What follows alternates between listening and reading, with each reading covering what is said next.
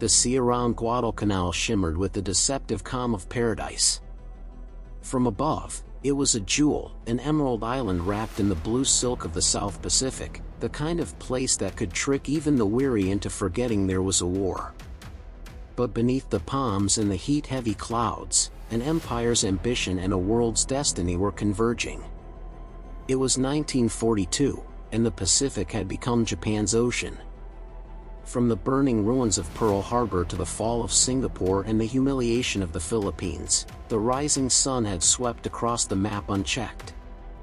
Each new conquest tightened the noose around Australia and the Allied supply lines that kept it alive. The Americans called it the South Pacific Lifeline. The Japanese called it an opportunity. Guadalcanal lay deep within the Solomon Islands, a long, green spine of jungle, mountains, and swamps. Few in the West had ever heard of it. Fewer still could find it on a map. But when Japanese engineers began clearing ground for an airfield on its northern coast in July 1942, the sound of axes and bulldozers echoed far beyond the island. From that unfinished strip of coral and grass, bombers could threaten the sea lanes between the United States and Australia. The Pacific War, until then a story of retreat, now found its next chapter. To the men of Japan's imperial forces, Guadalcanal was a stepping stone, one more link in a chain of domination stretching toward the south. To the Allies, it was a warning: if Japan finished that airfield, the road to Australia could be cut, and the Pacific would close like a fist. In Washington and Canberra, maps were unrolled, calculations made, and doubts spoken only in whispers. The U.S. Navy was still bleeding from Midway, its victories as fragile as its morale. The Marines had never conducted an amphibious landing of this scale. Yet the order came: take the island, and hold it. No one expected the name Guadalcanal to become synonymous with misery.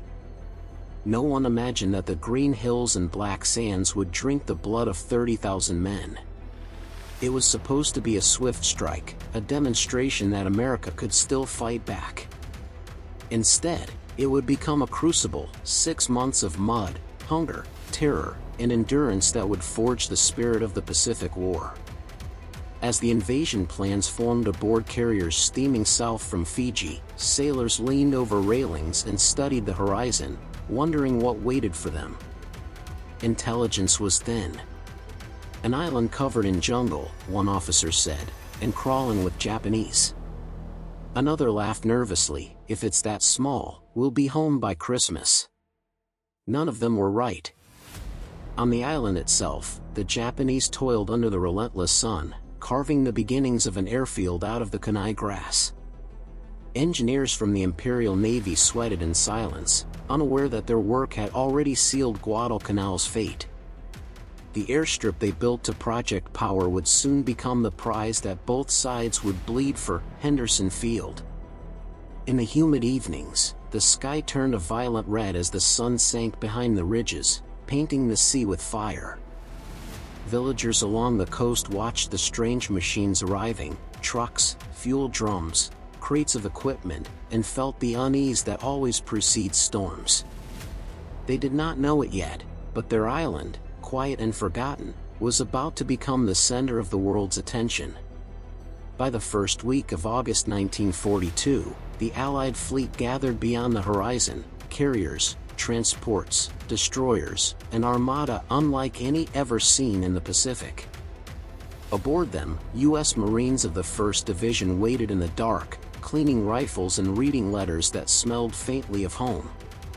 Some whispered prayers. Others watched the sea phosphoresce around the ship's wakes, glowing like ghosts under the waves. They didn't know the name of the island they were about to invade. They only knew one thing: they were the first to go on the offensive since Pearl Harbor. Officers briefed them in hushed tones. The Japanese had built an airfield that must not become operational. "We'll hit fast," they were told, "and finish the job before they know we're there." In the mess decks, jokes were cracked to mask the fear. The veterans of earlier raids told the new men what to expect: heat, mosquitoes, jungle thick as smoke. But no one truly expected the nightmare that awaited them. In Tokyo, the high command dismissed the threat of an American landing. The island was remote, the season foul, the enemy weak. But one man, Admiral Isoroku Yamamoto, understood what it meant. If they hold that island, he said quietly, the tide will begin to turn. His warning went unheeded. As the transports closed in under moonless skies, rain fell across the sea like a curtain. Engines idled low, and men whispered orders. They could smell the jungle before they could see it, the scent of earth and rotten salt. When the dawn broke on August 7, 1942, the island emerged from the mist, mountains shrouded in green, beaches white as bone. The first shells screamed overhead as naval guns opened fire.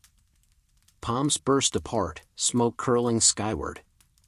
The Marines climbed into landing craft, hearts pounding, and the sea churned around them. Someone muttered, "There's our island." Another said, "There's our graveyard." What began that morning would not end for 6 long months. Men would come to call Guadalcanal many names: the meat grinder, Hell's Island, the Island of Death. But on that first day, it was simply an unknown speck on a map, one that would change the course of the Pacific War forever. The dawn of August 7, 1942, came wrapped in mist and silence. The sea was calm, too calm, the kind of calm that hides something waiting. Out there, in the half-light of the Solomon dawn, more than 80 Allied ships stretched across the horizon. Carriers, destroyers, transports, an armada carrying 30,000 men into the heart of enemy territory. For the first time since the war began, America was not retreating. It was coming to fight. Aboard the ships, Marines of the 1st Division waited in the dark. Sweat dripped from their helmets despite the hour. Their rifles were oiled, grenades checked, nerves pulled tight as wire. Some whispered quiet prayers. Others smoked and stared at the glow of the sea, a faint, green shimmer that looked almost peaceful. They had trained for this moment for months, but none of them truly knew what waited beyond the black line of jungle ahead. Then came the order, "Man the boats." Engines coughed to life. Landing craft hit the water one after another, forming lines across the gray waves. The sky began to blush with the first light of morning as naval guns opened fire. From the decks of the heavy cruisers, thunder rolled across the sea, a bombardment that tore apart palm trees, fuel drums, and the half-finished airstrip the Japanese had carved into the island. For the Marines, the moment was almost surreal. They were told to expect heavy fire, machine guns, mortars, snipers in the trees. But when their boots hit the black volcanic sand, there was nothing. No resistance. No gunfire. Only the rhythmic hiss of surf and the echo of distant explosions. The Japanese had vanished. Unknown to the Americans, the Japanese engineers who had been building the airfield had fled into the jungle hours earlier. Some had mistaken the opening bombardment for an earthquake. Others had never imagined an invasion could come so soon. They left behind food, fuel, and crates of supplies, gifts for the men who had come to kill them. The Marines fanned out from the beachhead, cutting paths through the waist-high grass.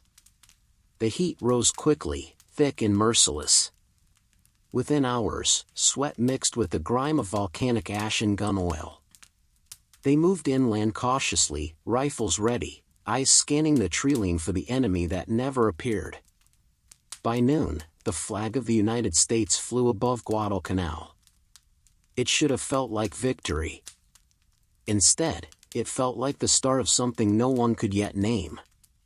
Nearby, other landings unfolded on Tulagi, Gavutu, and Tanambogo, smaller islands crawling with Japanese defenders. There, the fight was brutal and close.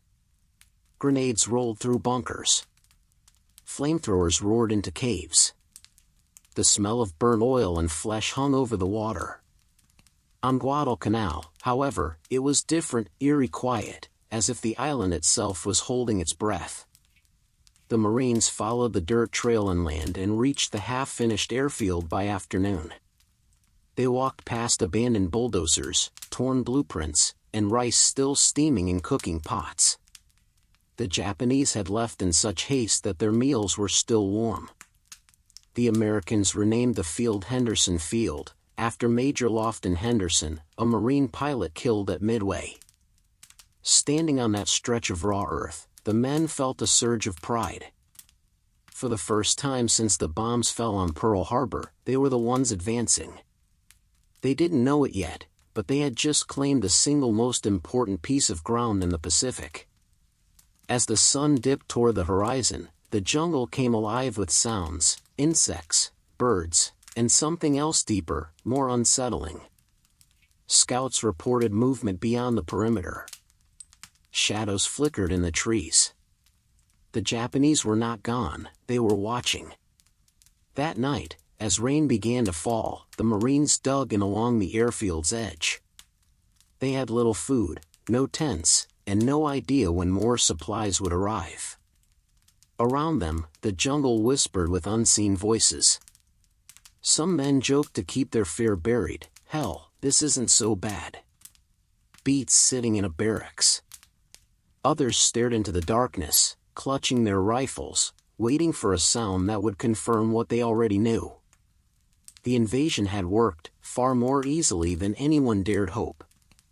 But victories that come too easily always demand their payment later. Out at sea, the Navy guarded the transports unloading supplies. Admiral Frank Jack Fletcher, worried about Japanese air attacks, ordered his carriers to withdraw sooner than planned. His decision would leave the Marines stranded with what little they had on shore. The men on Guadalcanal didn't know that yet. They ate captured rice by the light of burning debris and laughed about how quickly the enemy had run. But beneath the laughter was unease. The jungle stretched endless before them, its shadows deep and ancient. Somewhere in that darkness, the Japanese were regrouping, sharpening their bayonets, whispering prayers of their own. The Americans had taken the island. But holding it would become something else entirely. Guadalcanal had been seized in a day. Surviving it would take 6 months, and cost more lives than anyone could imagine. When news of the American landing reached Tokyo, disbelief rippled through the imperial palace like a shockwave. The military leaders, accustomed to victories across Southeast Asia and the Pacific, could not fathom the audacity. Guadalcanal, a small, remote speck of jungle, had been taken before they even knew it had been targeted. Admiral Isoroku Yamamoto paced in his office, the maps of the Solomon Islands spread across the table. His fingers traced the narrow channels and coral reefs, his mind racing. They moved faster than we expected, he muttered, more to himself than to anyone else. The speed of the assault stunned the Japanese command. They had underestimated not only American resolve but American ingenuity. Panic swept the corridors of power. Messages were sent to Rabaul, the closest major Japanese base in the South Pacific. Troops, artillery, and aircraft were hastily organized for an immediate counterattack. Officers debated tactics heatedly, night landings versus frontal assaults, amphibious attacks versus air raids. But no option seemed simple.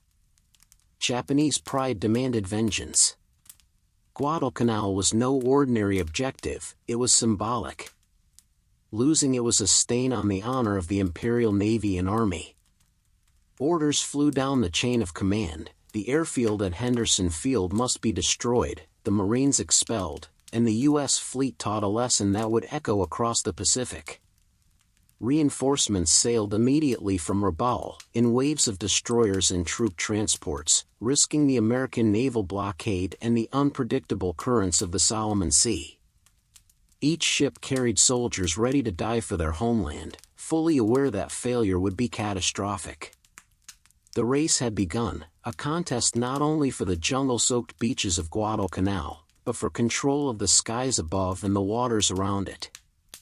American aircraft had begun sorties from Henderson Field, patrolling the air, spotting Japanese ships, and striking where possible. Japanese bombers and fighters scrambled from carriers and Rabaul airstrips to contest the sky. The waters that had once seemed peaceful now bristled with unseen danger. Destroyers prowled the coral passages, torpedoes slicing silently through waves, mines waiting to claim the unwary. Each side knew the importance of the slot, the channel north of Guadalcanal that controlled access to the island. Whoever dominated it could dictate the fate of the ground below. In Tokyo, the newspapers did not yet grasp the full scale. Military propaganda framed the landings as a temporary inconvenience, a minor irritation to be corrected. But behind closed doors, Japanese officers recognized a new reality: the Americans were willing to fight, and to hold. Guadalcanal was no longer just a piece of coral and jungle. It had become the flashpoint of the Pacific, the place where the war would either be kept at bay or forever changed. By the next week, the first Japanese air raids began, low, fast, and violent. Bombs screamed down on Henderson Field, setting fuel dumps and tents ablaze. Marines scrambled to hold their gains, firing rifles and artillery into the sky, praying their anti-aircraft guns would be enough. Every day became a race of adaptation. The Americans had taken the island, but the Japanese were determined to take it back. Supply lines were stretched, skies burned, seas became a graveyard for ships from both sides. Guadalcanal was transforming into a crucible, where speed, cunning, and endurance would decide who survived. Tokyo's shock had ignited a firestorm. The pride of an empire demanded retaliation. The audacity of the Americans guaranteed that Guadalcanal would not be taken quietly, and that neither side would ever forget the cost of control over this small, deadly island. The night of August 9, 1942, fell over the waters surrounding Guadalcanal like a velvet curtain, but beneath its calm surface, death was already moving in silence. The seas shimmered under the moonlight, reflecting stars that seemed oblivious to the blood about to be spilled. The Japanese Navy had learned quickly. Their scouts had spotted the Allied task force guarding the landing beaches, and now a strike force of cruisers and destroyers, led by Rear Admiral Genichi Mikawa, slipped through the dark waters toward their unsuspecting prey. The Americans believed their ships safe in the protective perimeter, a line of cruisers and destroyers designed to shield the transports unloading Marines and supplies. But Mikawa's force moved with lethal precision. Using the cover of night and the element of surprise, the Japanese ships closed in undetected. Their lookouts spotted the silhouettes of the Allied vessels barely a few thousand yards away. The calm of the ocean hid the storm that was about to erupt. At 0110 hours, torpedoes streaked silently through the water. Explosions ripped through the USS Quincy and Astoria, tearing gaping holes in steel hulls. The first shouts of alarm barely reached the bridge before a second salvo struck. Flames erupted, smoke billowing skyward, painting the night in reds and oranges that mirrored the destruction below. Chaos engulfed the American fleet. Ships tried to maneuver in the confined waters of the Iron Bottom Sound, but the narrow channels and the suddenness of the attack made coordination impossible. Gun crews scrambled, but Japanese shells struck with devastating accuracy.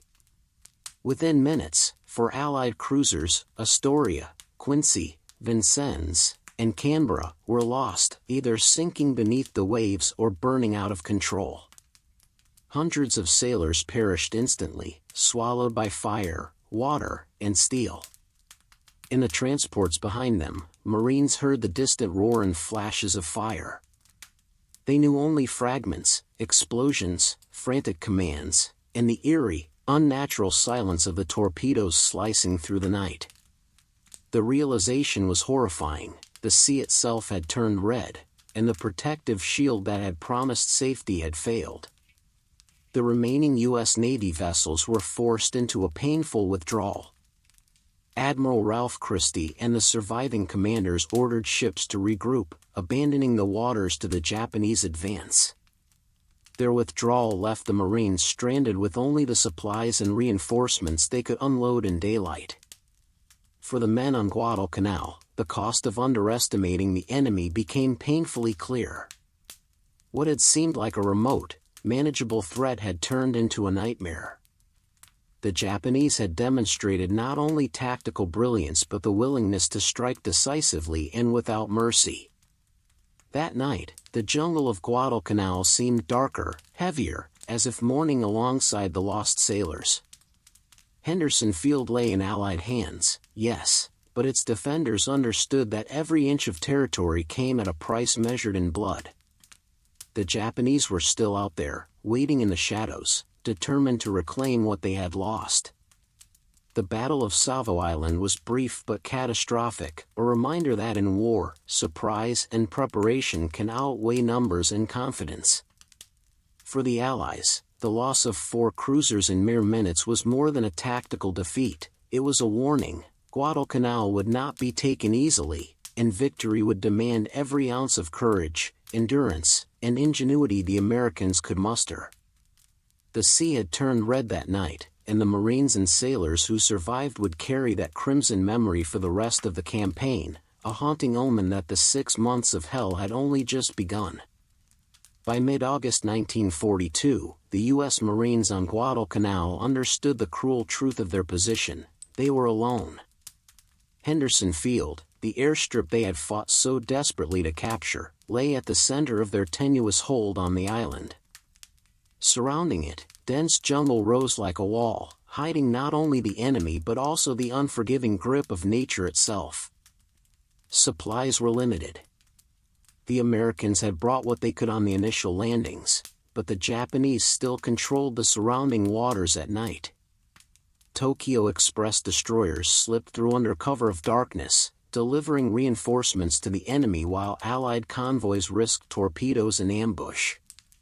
Food, ammunition, and medical supplies were scarce, and every day became a test of endurance. From dawn until dusk, Japanese air raids struck relentlessly. Dive bombers screamed overhead, machine guns rattling as bombs fell on tents, fuel depots, and makeshift headquarters. Anti-aircraft guns spat fire skyward, but for every plane shot down, another took its place. The roar of explosions and the whistle of incoming shells became the soundtrack of survival. The jungle itself was an enemy. Rain soaked the Marines to the bone, turning foxholes and trenches into ankle-deep mud. Heat and humidity made every movement exhausting, and leeches, mosquitoes, and disease carried their own hidden death. Malaria spread through the ranks, weakening soldiers who had already endured starvation and constant attacks. Dysentery, heat stroke, and infections claimed more lives than bullets in the first weeks. Each patrol into the jungle became a gamble. Marines stumbled through waist-high grass, rifles ready, alert for snipers and hidden machine guns. Camouflaged Japanese troops struck with sudden violence, disappearing into the shadows before reinforcements could arrive. The line between friend and foe blurred beneath the canopy of palms and vines. Sleep was a rare luxury. Exhausted men took turns on watch, scanning treelines for movement. At night, the jungle moaned, owls, insects, and distant cries mixing with the wind. Every sound could be the enemy, every rustle a threat. Hunger gnawed at bellies already empty from limited rations, and the taste of salt water and heat filled every mouth. Despite the misery, morale remained stubbornly alive. Letters home, scribbled by trembling hands, carried hope and reassurances. Some Marines whispered prayers. Others sang quietly beneath the black leaves of the jungle, clinging to memory, to rhythm, to normalcy in a place where normal no longer existed. Guadalcanal was no longer simply a battlefield, it was a crucible. Every day was a struggle against the twin enemies of man and nature.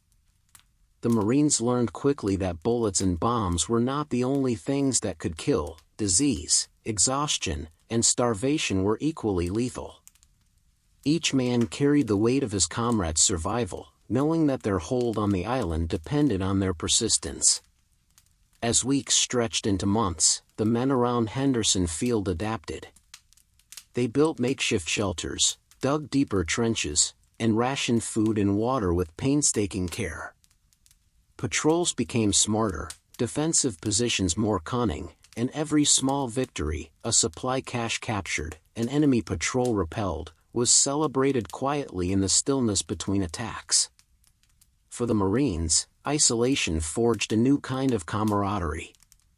They learned to trust instinct over orders, to improvise, and to endure what no training had prepared them for. Guadalcanal had become a test of willpower as much as strategy, a place where nature killed as surely as bullets, and where survival was an act of heroism in itself. By the end of those first harrowing weeks, it was clear the island would not yield easily, and the Marines would have to fight for every inch of ground, every breath, every day. The struggle to survive had begun, and the 6 months of hell that would define the Pacific War were only just starting. On the morning of August 21, 1942, the jungle seemed almost serene, as if the horrors of Guadalcanal were momentarily paused. But beneath the thick canopy, the Japanese were preparing a storm unlike any the Marines had yet faced. They had regrouped, determined to reclaim Henderson Field and punish the audacity of the Americans who dared to land on their island. Across the Tenero River, hundreds of Japanese soldiers massed, their bayonets glinting in the weak dawn light. The ground trembled with the synchronized beat of thousands of boots, the jungle alive with the energy of a force trained for death. Their orders were simple: break the Marines' lines, take the airfield, and show the invaders the price of intrusion. The Marines, dug into fortified positions along the riverbanks, could hear the approaching cries long before they saw the attackers. The eerie, high-pitched banzai battle cries pierced the humid air, a chorus of fanaticism and rage. The first line surged forward, sprinting through shallow water, screaming, their eyes wide with determination and desperation. Machine guns roared. Rifles cracked. Artillery pounded the riverbank. The first waves of Japanese soldiers fell in bloody arcs, but the advance did not falter. Reinforced by successive lines, the attackers pressed onward, relentless. They climbed over fallen comrades, waded through mud and blood, and continued to charge, knowing surrender was not an option. For the Marines, the scene was both terrifying and surreal. They had trained for ambushes, for jungle warfare, for every conceivable threat, yet nothing could truly prepare them for the sheer fanaticism of a human wave willing to die with every step. Every bullet, every burst of machine gun fire, felled dozens, but the tide of men seemed endless. Lieutenants shouted orders over the roar of combat, their voices swallowed by gunfire.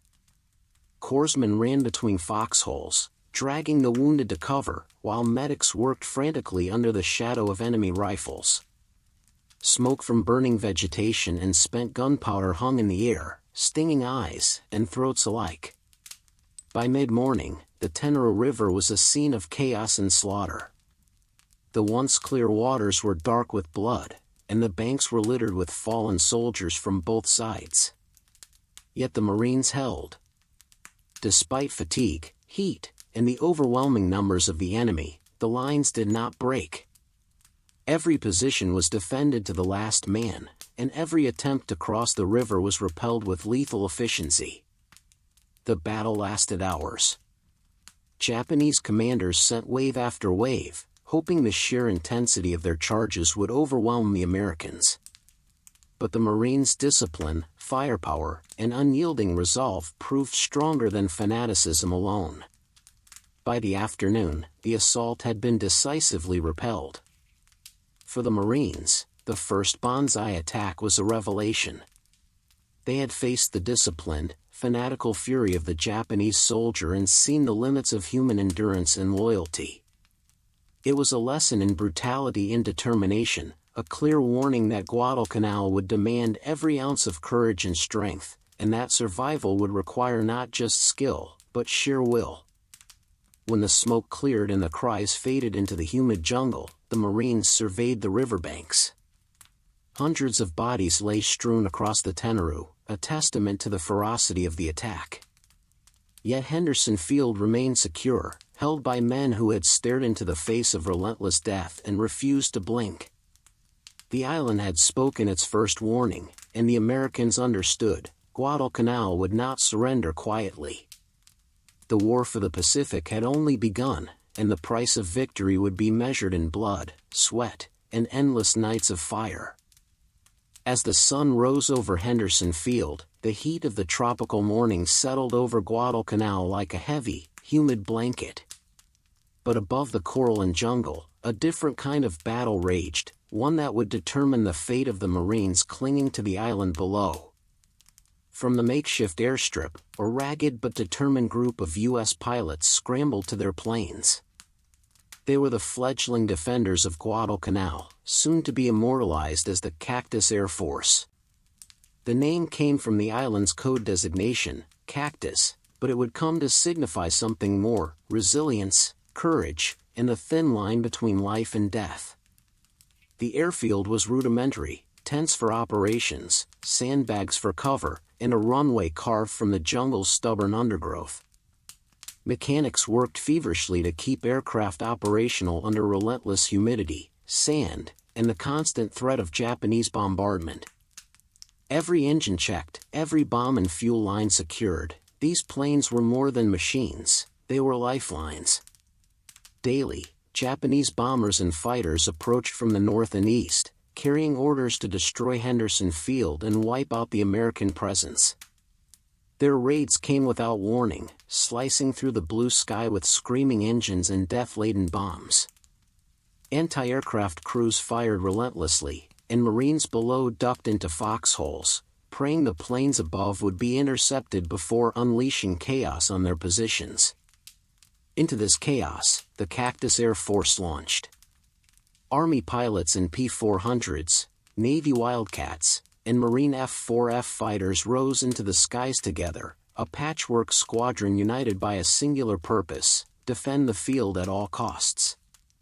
Dogfights erupted high above the treetops. Tracers lanced through the sky as Japanese Zeros and Val dive bombers met determined American resistance. Every sortie was a gamble. Fuel was scarce, spare parts rarer still.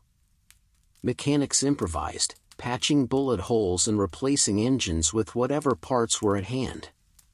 Pilots flew with worn instruments, sweating under helmets and leather jackets, their hearts pounding at the thought that one mistake could mean death. Down below, the Marines watched the sky as though it were a living thing. Every plane that returned brought hope, every plane lost tightened the grip of anxiety. If the Cactus Air Force failed, Henderson Field would fall, and the Marines would be cut off entirely. Food, ammunition, and reinforcements depended on the ability to hold the skies. The battles overhead were brutal. Dogfights twisted and looped above jungle peaks. Smoke trailed from engines pierced by bullets. Pilots dove through the clouds, chasing or fleeing in equal measure. Those who fell left fiery streaks behind, disappearing into the green below. Each loss was personal, the names of the dead whispered in the mess halls, their bravery honored in quiet, somber tones. Yet for every pilot who crashed, another took his place. Reinforcements arrived slowly from the Solomon Islands and carriers offshore, each new flight a testament to resolve. The Americans adapted rapidly, learning Japanese tactics, exploiting weaknesses, and coordinating attacks that grew more precise with each passing week. Through these air battles, the true significance of Henderson Field became clear. It was not just a runway, it was the nerve center of the island, the axis upon which survival turned. Control of the air dictated the safety of the Marines on the ground. Each successful sortie kept Japanese bombers at bay, prevented attacks on supply convoys, and ensured the Marines could hold their tenuous positions. By the end of each day, the field bore the marks of relentless combat, burned-out planes, craters from near-miss bombs, and the exhausted faces of men who had flown, fought, and returned. Yet they remained defiant. Their courage inspired the soldiers below, who knew that as long as the Cactus Air Force patrolled the skies, there was hope. Guadalcanal had become a battle fought on multiple fronts: the jungles, the rivers, the beaches, and now, most crucially, the sky itself. And in that sky, the pilots of the Cactus Air Force were not just flying machines, they were the lifeblood of an island at war, the thin shield keeping death at bay, and the first line of defense in a campaign that would test the limits of human endurance. The waters north of Guadalcanal earned a name that would chill every sailor who spoke it: Iron Bottom Sound. By August 1942, the once pristine channels between the islands had become a watery grave, littered with the remains of cruisers, destroyers, and transports from both sides. Night fell like a shroud, and with it came the hidden battles. Japanese destroyers and cruisers, running the Tokyo Express, slipped through the darkness, attempting to reinforce their island garrison. Allied ships lay in wait, radar and lookouts straining to spot the shadowed hulls cutting silently through the waves.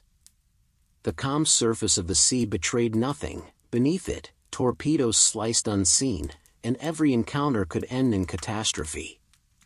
When the fleets clashed, the violence was sudden and merciless. Guns roared across the night sky, tracer rounds streaking like fireflies as ships maneuvered desperately in confined waters. Destroyers rammed, cruisers fired broadsides at point-blank range, and in the darkness, it was almost impossible to tell friend from foe. Smoke, flames, and water mingled, turning the waves into a chaotic, boiling battlefield. Each clash left wreckage behind. The USS Quincy, Astoria, and Japanese destroyers alike found their final resting places under the sea. Rusted hulls, broken superstructures, and lost sailors sank together into the depths, claiming the waters as their own. It was a grim arithmetic of war: ships destroyed, men lost, supply lines threatened, and the battle for the Pacific sustained far from the shorelines of Guadalcanal. The sea became as much an enemy as the jungle or the Japanese themselves. Supply convoys that tried to reach Henderson Field faced ambush, torpedo attacks, and relentless airstrikes. Every loss made the Marines' existence on the island more precarious. Without supplies, food, ammunition, and reinforcements, the men clinging to the beaches and the airfield were at the mercy of the jungle and the enemy combined. Survivors of these naval battles spoke later of the eerie stillness between the explosions, the moments when the only sounds were the crackle of fires on burning decks, the groan of metal twisted by shells, and the muted cries of men overboard. Each wave carried remnants of the night's destruction, oil slicks floating like black veins across the water's surface. The name Iron Bottom Sound became official among the Allied sailors, a dark testament to the hundreds of vessels claimed by war in the surrounding waters. For the Japanese, it was also a graveyard, a reminder that audacity and courage alone could not overcome attrition and determination. By day, the channel appeared deceptively calm. Sunlight sparkled on the blue water, fish swam obliviously through wreckage, and clouds drifted overhead. By night, however, the Sound returned to its murderous routine: torpedoes, gunfire, and smoke, repeated in endless cycles. The struggle for Guadalcanal was no longer confined to the beaches and jungle. It had expanded to the sea itself, a war within a war. Whoever controlled Iron Bottom Sound controlled the lifeblood of the campaign: supplies, reinforcements, and the ability to sustain an island force far from home. For the men on Henderson Field, every day they looked to the horizon, knowing that above and below the waves, death prowled. And for the sailors in the ships threading the treacherous waters, every night was a gamble with fate. Iron Bottom Sound was both a literal grave and a symbol, a reminder that in Guadalcanal, no one survived untested, and no victory came without cost. The Pacific had claimed its tribute, and the island's waters were a silent witness to the 6 months of hell that were only just beginning. Guadalcanal was no longer simply an island, it had become a living nightmare, a jungle of ghosts where every step could be the last. The heat pressed down like a living weight, humid and relentless, carrying the stench of decay, sweat, and gunpowder. Corpses of men from both sides lay forgotten in the undergrowth, already softening in the relentless sun, their uniforms clinging to their bodies as the jungle claimed them. The Marines and soldiers who remained on the island found themselves battling enemies both seen and unseen. Malaria spread like a shadow, invisible but deadly. Every mosquito bite was a potential sentence, every puddle of stagnant water hid the next wave of sickness. Leeches clung to ankles and necks, small black bands that sucked life and patience in equal measure. Food was scarce, rations meager, and the supply lines constantly threatened by Japanese warships or planes. Hunger gnawed at the men as fiercely as bullets. Foxholes filled with rainwater during the frequent tropical downpours, leaving soldiers standing ankle-deep in mud, their rifles slick with muck. Footpaths became rivers, trails became traps, and the jungle seemed to conspire with the enemy. Snipers lurked in the shadows, their rifles trained on any movement, blending seamlessly with the greenery. Ambushes struck without warning, a rustle in the leaves, a snap of a branch, and a burst of gunfire would take another man away. At night, the island transformed again. The jungle sounds, insects, frogs, and distant waves, became a chorus of tension, broken intermittently by the whispers of Japanese patrols or the distant crack of gunfire. Sleep was impossible, even the briefest rest carried the risk of being discovered. Some men spoke of hearing the voices of the dead in the wind, their own fatigue making reality and nightmare indistinguishable. The men became gaunt, their faces hollow, eyes bright yet haunted. Every step through the mud and over the blackened coral felt like an act of defiance against the island itself. Commanders struggled to maintain cohesion as exhaustion and disease thinned their ranks. Letters to loved ones, carefully folded and tucked into packs, often went unread or were lost. For many, the end of a day felt as distant and uncertain as victory itself. Guadalcanal tested endurance unlike any other battlefield. It was not only Japanese bullets that could kill, nor bombs that could destroy, it was the jungle, the sickness, the constant exposure, the relentless heat and cold, the scarcity of food and clean water. Every day demanded vigilance, resourcefulness, and a will that refused to break. In those 6 months, the island claimed thousands not just with weapons, but with attrition. Men became shadows of themselves, learning quickly that survival depended as much on cunning and caution as on courage. Guadalcanal had become less a place than a trial by fire, mud, and blood, a jungle of ghosts that neither the living nor the dead could leave behind. For the Marines and soldiers, the lesson was unrelenting. Victory on Guadalcanal would be earned inch by inch, day by day, against the enemy, the elements, and the island itself. The night of October 24, 1942, descended over Guadalcanal with a suffocating weight. Darkness cloaked the island, hiding the jagged outlines of the jungle, the black sands of the beaches, and, most importantly, Henderson Field, the strategic heart of the campaign. For months, the airfield had been the lifeline of the Marines and Army units stationed on the island, a precarious foothold from which the Americans could defend themselves and launch counterattacks. Japanese commanders, determined to reclaim this prize, had gathered thousands of troops for what would become the largest coordinated ground assault of the Guadalcanal campaign. They moved silently through the humid night, using the jungle to mask their approach. Every soldier understood the stakes. Failure was not only personal death but the loss of the island and a potential shift in the Pacific War. At the same time, the Marines were on high alert.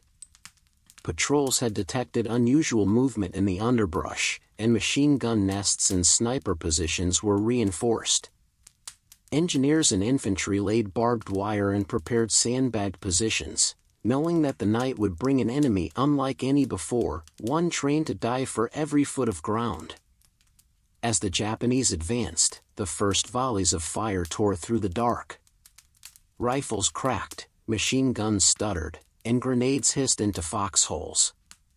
The Marines held their positions, firing steadily into the impenetrable black, using tracer rounds to gauge the enemy's approach. The jungle seemed alive with sound, the clash of bodies, the screams of the wounded, the barked orders of officers trying to maintain coherence amidst chaos. Wave after wave came, relentlessly. The Japanese soldiers charged with the ferocity of desperation, their bayonets aimed at anyone in their path. Hand-to-hand combat erupted in pockets across the line, knives, rifles, and fists met in brutal struggle. Marines fought from trenches and behind fallen logs, counterattacking wherever possible. Smoke from burning brush and spent ammunition filled the air, obscuring friend from foe, making each decision a gamble with life itself. Through the night, casualties mounted. Bodies piled along the defensive lines, cries of pain and rage echoed through the humid darkness. Yet the Americans held. Each position, no matter how threatened, became a bulwark against the advancing tide. Communications were frayed, radios malfunctioned, and commanders improvised orders with hand signals and runners darting through the blood-soaked mud. By the first light of October 25th, the jungle that had concealed the Japanese advance revealed the aftermath of a terrible struggle. Thousands of soldiers from both sides lay motionless among the trampled palms and shattered fortifications. Henderson Field itself was scarred but intact. The largest Japanese ground assault had failed, their last major push to retake the airfield was broken. For the Marines, it was a victory paid in agony. The ground beneath their feet was a carpet of bodies and spent ammunition, the air still thick with the coppery tang of blood. The cries of the wounded had long since faded into the jungle, leaving a profound silence that felt almost unnatural. The fight for Henderson Field did more than secure an airstrip, it secured the strategic heart of Guadalcanal. The island's fate, and by extension the direction of the Pacific War, hung in the balance that night, and the steadfast defense of the Americans ensured that the tide would begin to turn. In the aftermath, exhausted soldiers surveyed the field, counting the cost, knowing the lessons carved into the mud and sand: courage, discipline, and unyielding resolve could hold against even the most ferocious onslaught. Guadalcanal was far from won, but Henderson Field had survived. And with it, the dream of controlling the island remained alive. Night fell over the Solomon Islands, and with it came a shadowed, deadly rhythm that would earn the waters the name Iron Bottom Sound. Guadalcanal was no longer just a battlefield, it was a lifeline and a trap, and the fate of every soldier on the island rested on a tenuous thread: control of the sea lanes. For the Japanese, the solution was the Tokyo Express. Each night, fast destroyers slipped through the narrow channel known as the Slot, racing at top speed to deliver reinforcements, ammunition, and provisions to the troops stranded on Guadalcanal.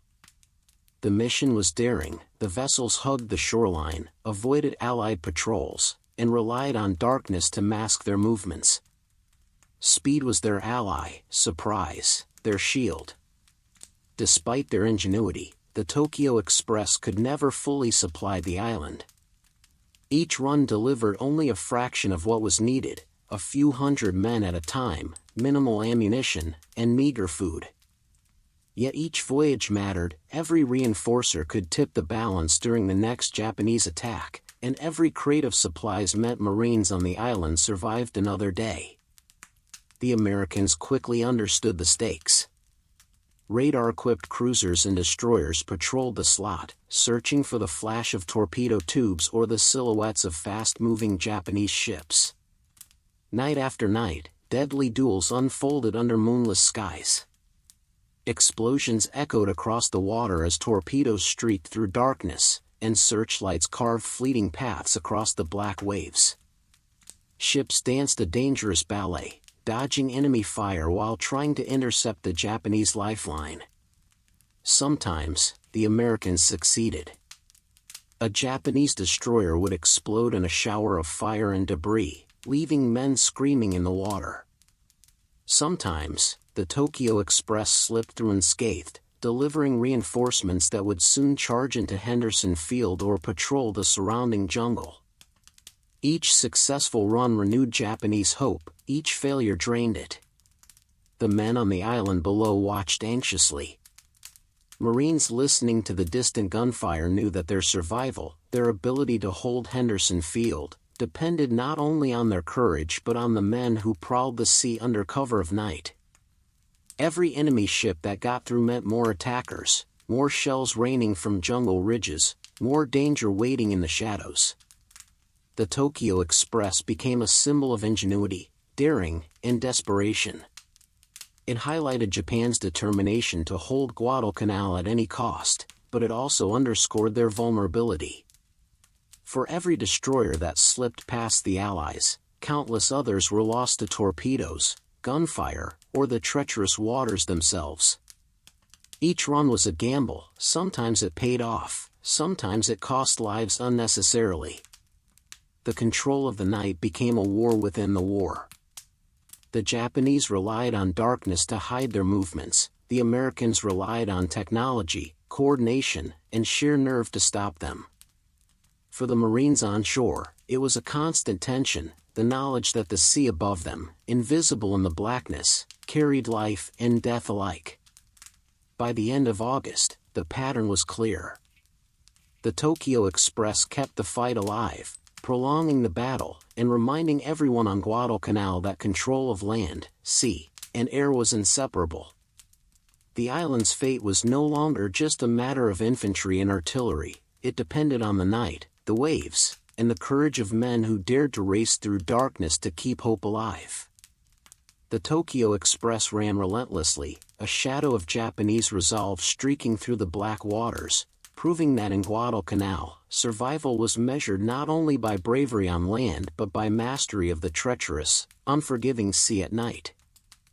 The early hours of September 12, 1942, brought a sense of uneasy calm to Guadalcanal, a brief respite from the relentless heat and humidity that weighed on the Marines. But along the narrow spine of high ground overlooking Henderson Field, known to the Marines as Edson's Ridge, a storm was gathering. Japanese commanders had meticulously planned a massive assault, hoping to crush the Americans and reclaim the airfield that threatened their expansion across the South Pacific. Thousands of soldiers prepared in the jungle beyond the ridge, sharpening bayonets, loading rifles, and whispering prayers under the oppressive canopy. Their mission was simple yet merciless: break the American line at all costs. On the ridge, Lieutenant Colonel Merritt Red Mike Edson paced between foxholes and sandbagged positions, eyes scanning the approaching darkness. His Marine raiders and paratroopers were battle-worn but resolute. They knew the importance of their position. If the ridge fell, Henderson Field could be overrun, and the island might be lost. Edson's men dug deeper, reinforced barricades, and readied machine guns and mortars for the incoming onslaught. As night fell on September 12, the first Japanese waves advanced. The assault began with a muffled rhythm, boots crunching on black volcanic sand, the occasional barked command, the rustle of underbrush. Then came the first volleys of fire.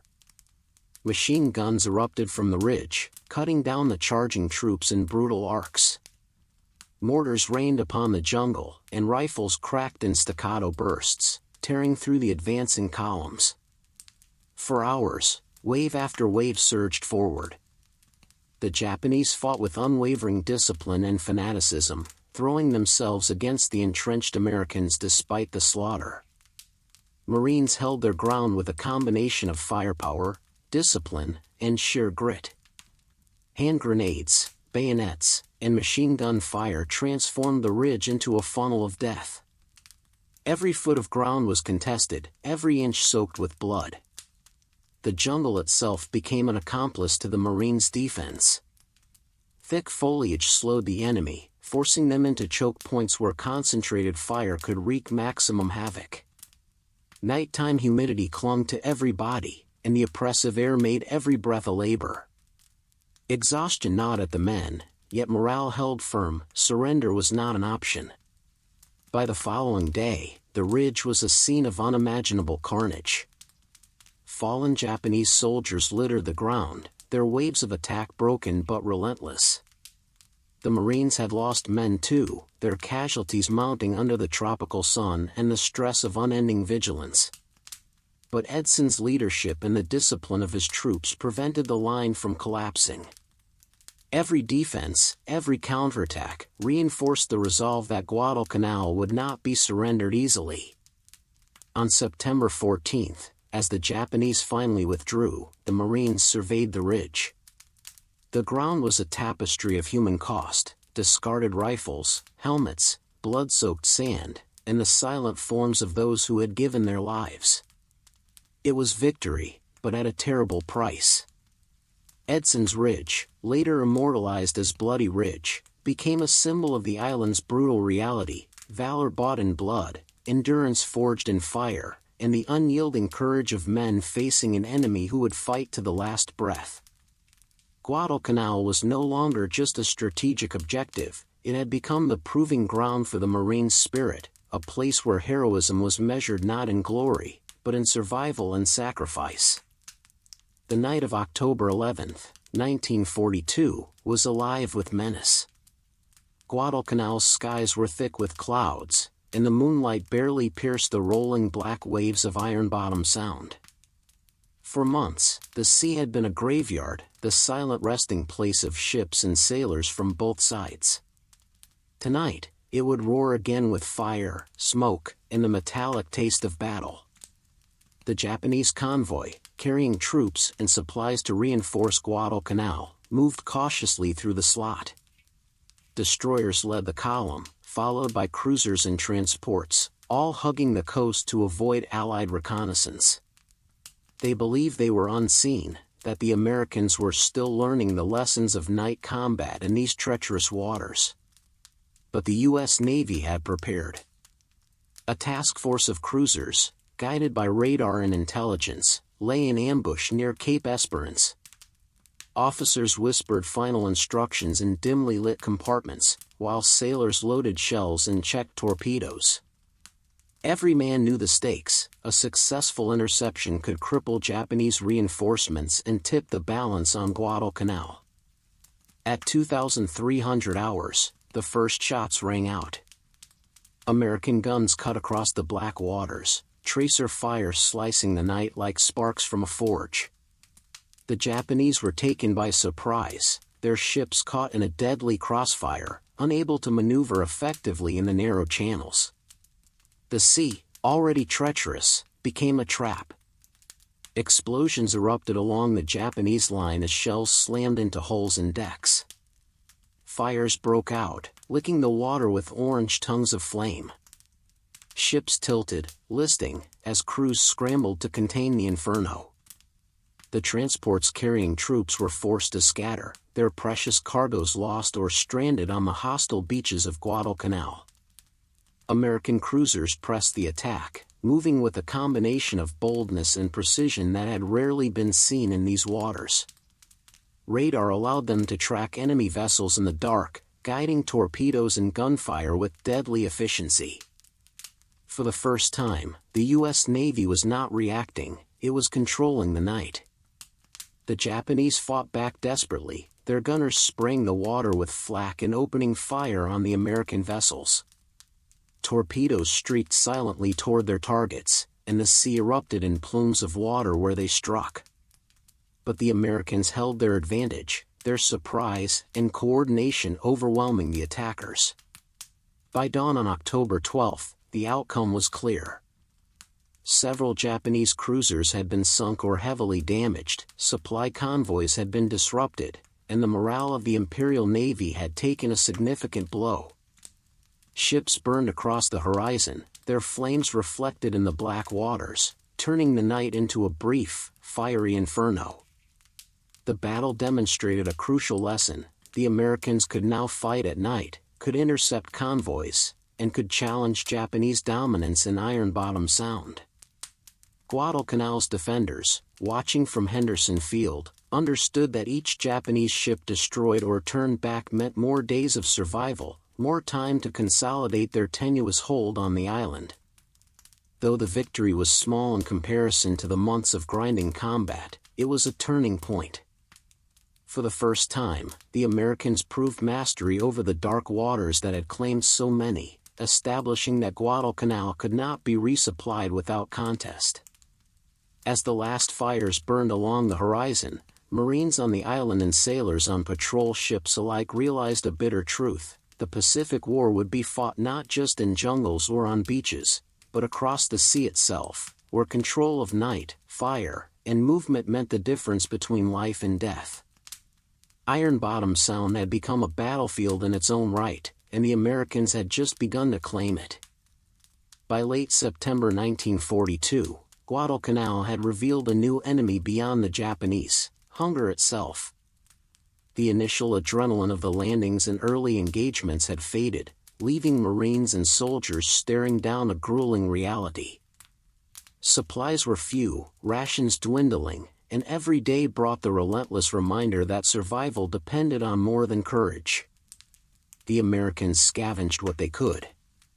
Cans of preserved meat and biscuits had been unloaded in the first days, but these were quickly consumed.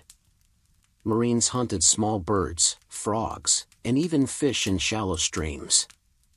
Occasionally, they stumbled across abandoned Japanese food caches, sacks of rice, tins of condensed milk, the remnants of enemy logistics. Every grain was precious, every mouthful a reprieve from gnawing hunger. The Japanese, meanwhile, fared no better. Cut off from their supply lines by Allied naval interdiction and constant air patrols, soldiers resorted to the jungle itself. They dug for roots, boiled palm leaves, and caught insects when desperation outweighed dignity. Malnutrition gnawed at their strength, and morale wavered as the impossible march of reinforcements was repeatedly delayed or destroyed. Disease spread silently and invisibly, as lethal as any bullet. Malaria, carried by the ubiquitous mosquitoes, struck men down without warning. Dysentery and heat exhaustion claimed hundreds more, leaving others too weak to move or fight. In the oppressive humidity, wounds festered, and infection became an unseen executioner.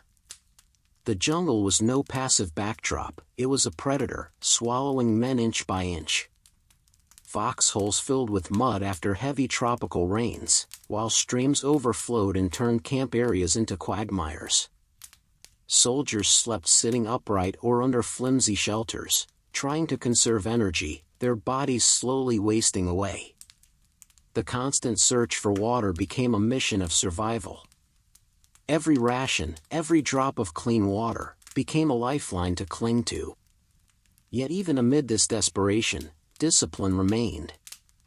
Officers and non-commissioned leaders rationed supplies, organized patrols, and enforced sanitation as best they could. Small victories, capturing a Japanese food cache, finding a freshwater spring, repairing a damaged supply line, became reasons for celebration. Each day lived was itself a triumph. The jungle had turned Guadalcanal into a crucible. Battles were no longer just fought with rifles and machine guns, they were fought with endurance, cunning, and the will to survive. Every step through the mud, every meal scavenged or shared, every mosquito bite endured became a measure of tenacity. By the end of those early months, it was clear, victory would not be won solely by firepower. It would require grit, ingenuity, and the patience to endure a slow, suffocating enemy that moved silently through the trees, air, and water. Both sides learned the same harsh truth: in Guadalcanal, nature could kill as effectively as any army, and the hunger it brought would be the shadow under which all battles were fought. the Pacific at night was deceptively calm. The waves glimmered under a pale moon, undisturbed except for the occasional ripple of a patrol craft cutting through the water. But beneath the surface, a silent war was already underway, a battle invisible to most, fought not on beaches, not in the jungles of Guadalcanal, but in the cold, shadowed depths of the ocean. For months, the Japanese had been sending reinforcements, supplies, and ammunition to their embattled troops on Guadalcanal. Destroyers and transport ships navigated the narrow channels of the Solomon Islands, racing along the notorious slot, a treacherous sea lane exposed to both the elements and enemy intervention. Above, the U.S. Navy held a fragile grip on the waters during daylight, but as darkness fell, the Japanese believed the night could hide their movements. They were wrong. Beneath the waves, the United States' newest weapons prowled, diesel-electric submarines, sleek hunters designed to slip silently through the currents. These submarines were deadly predators, invisible in the blackness, waiting for the glint of a ship's mast or the vibrations of a propeller. Their crews had trained for months, learning the subtle rhythms of the ocean, how to listen to the sea itself, how to feel the heartbeat of ships miles away, and how to strike with precision in silence. On board USS 44, Lieutenant Commander Robert Thompson peered through the periscope, watching the horizon for the faint silhouettes of enemy vessels. His hands, roughened by months at sea, were steady as he adjusted the lens, noting the lights of the Japanese convoy reflecting faintly on the water. The transports and destroyers moved in formation, unaware of the invisible menace tracking their course. Every pulse of the sonar, every vibration of the hull beneath him, carried the weight of potential destruction. One wrong calculation, and the hunter could become the hunted. The submarine crews knew the stakes. Each ship sunk meant fewer Japanese soldiers reaching Guadalcanal, fewer supplies to reinforce the island, and greater chances that the Marines and Army units holding Henderson Field could survive. In the dense jungles and on the black sands, every drop of fuel, every crate of food, every Japanese rifle counted. The battles fought beneath the waves were as decisive as the firefights above. Thompson gave the order. Torpedoes were primed and the electric hum of the firing system filled the cramped compartment. Through the periscope, the convoy loomed closer, unaware of their doom. He calculated angles, speed, and the currents of the sea. Every fraction of a second mattered. Then, fire. A torpedo left its tube silently, slipping through the water with deadly purpose, a ghost moving faster than any human could see. Moments later, the first Japanese ship shuddered violently. An explosion tore through the hull, throwing flaming debris into the sky. Water sprayed over the waves as sailors scrambled in confusion. One ship capsized slowly, groaning, before it disappeared beneath the surface, leaving only a wake of blackened foam and oil. The other ships scattered. The convoy's formation dissolved into chaos. From the periscope, Thompson saw transport vessels frantically maneuvering to avoid the torpedoes. Some escaped, others were not so lucky. Beneath the waves, death came without warning, indiscriminate, relentless. But the duel was far from over. Japanese submarines and destroyers patrolled the area, hunting the American subs with as much determination. Every depth charge, every sonar ping, every flash of a searchlight could mean annihilation. The hunters became the hunted in the span of a heartbeat. Thompson felt the tension coil in his chest as the first depth charges exploded nearby, shaking the hull like thunder beneath the water. He gritted his teeth, gripping the periscope, and waited for the tremors to subside before repositioning for another attack. Night after night, the same deadly dance unfolded. The Japanese poured what reinforcements they could into the island, and the submarines intercepted them relentlessly. The USS 44, Celian, Sargo, and others prowled the waters in stealth, striking before the enemy could react. Each sinking tightened the noose around the garrison on Guadalcanal. Supplies became scarce, morale among Japanese troops faltered, disease and hunger compounded their plight. On the surface, the battle seemed invisible. A few distant gun flashes, a flare in the night, the occasional column of smoke marking a sunken ship, these were the only outward signs of the deadly struggle below. Yet the effect was profound. Every ship sunk meant a tactical advantage for the Americans holding the island, and every Japanese loss brought them closer to a point of collapse. The crews of the submarines learned to rely on instinct as much as instruments. They felt the ocean, reading its currents, listening for vibrations too faint for human ears. Hours could pass in complete silence, the tension coiling tighter with each minute.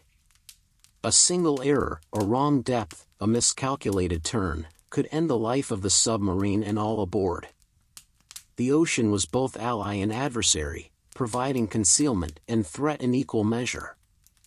On Guadalcanal, the Marines were unaware of the precise devastation inflicted at sea, yet they felt its impact. Fewer Japanese reinforcements arrived, attacks were weaker, disorganized, and sporadic.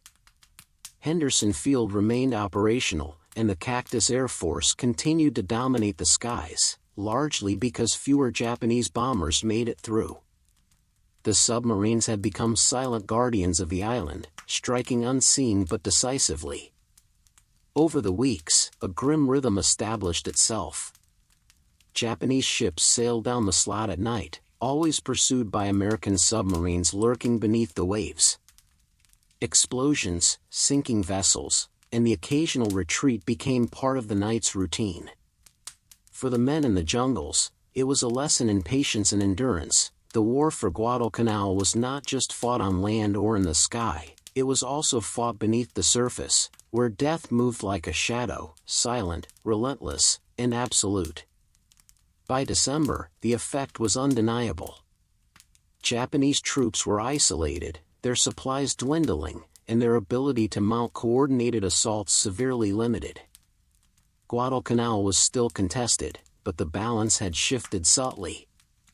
Every successful submarine patrol tightened the grip of the Allies, constricting the Japanese lifeline like an invisible vice.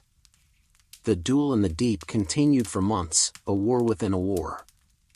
There were no parades for sunken ships, no medals for stealthy torpedo attacks, no public recognition, only the slow, unyielding attrition that would eventually decide the campaign.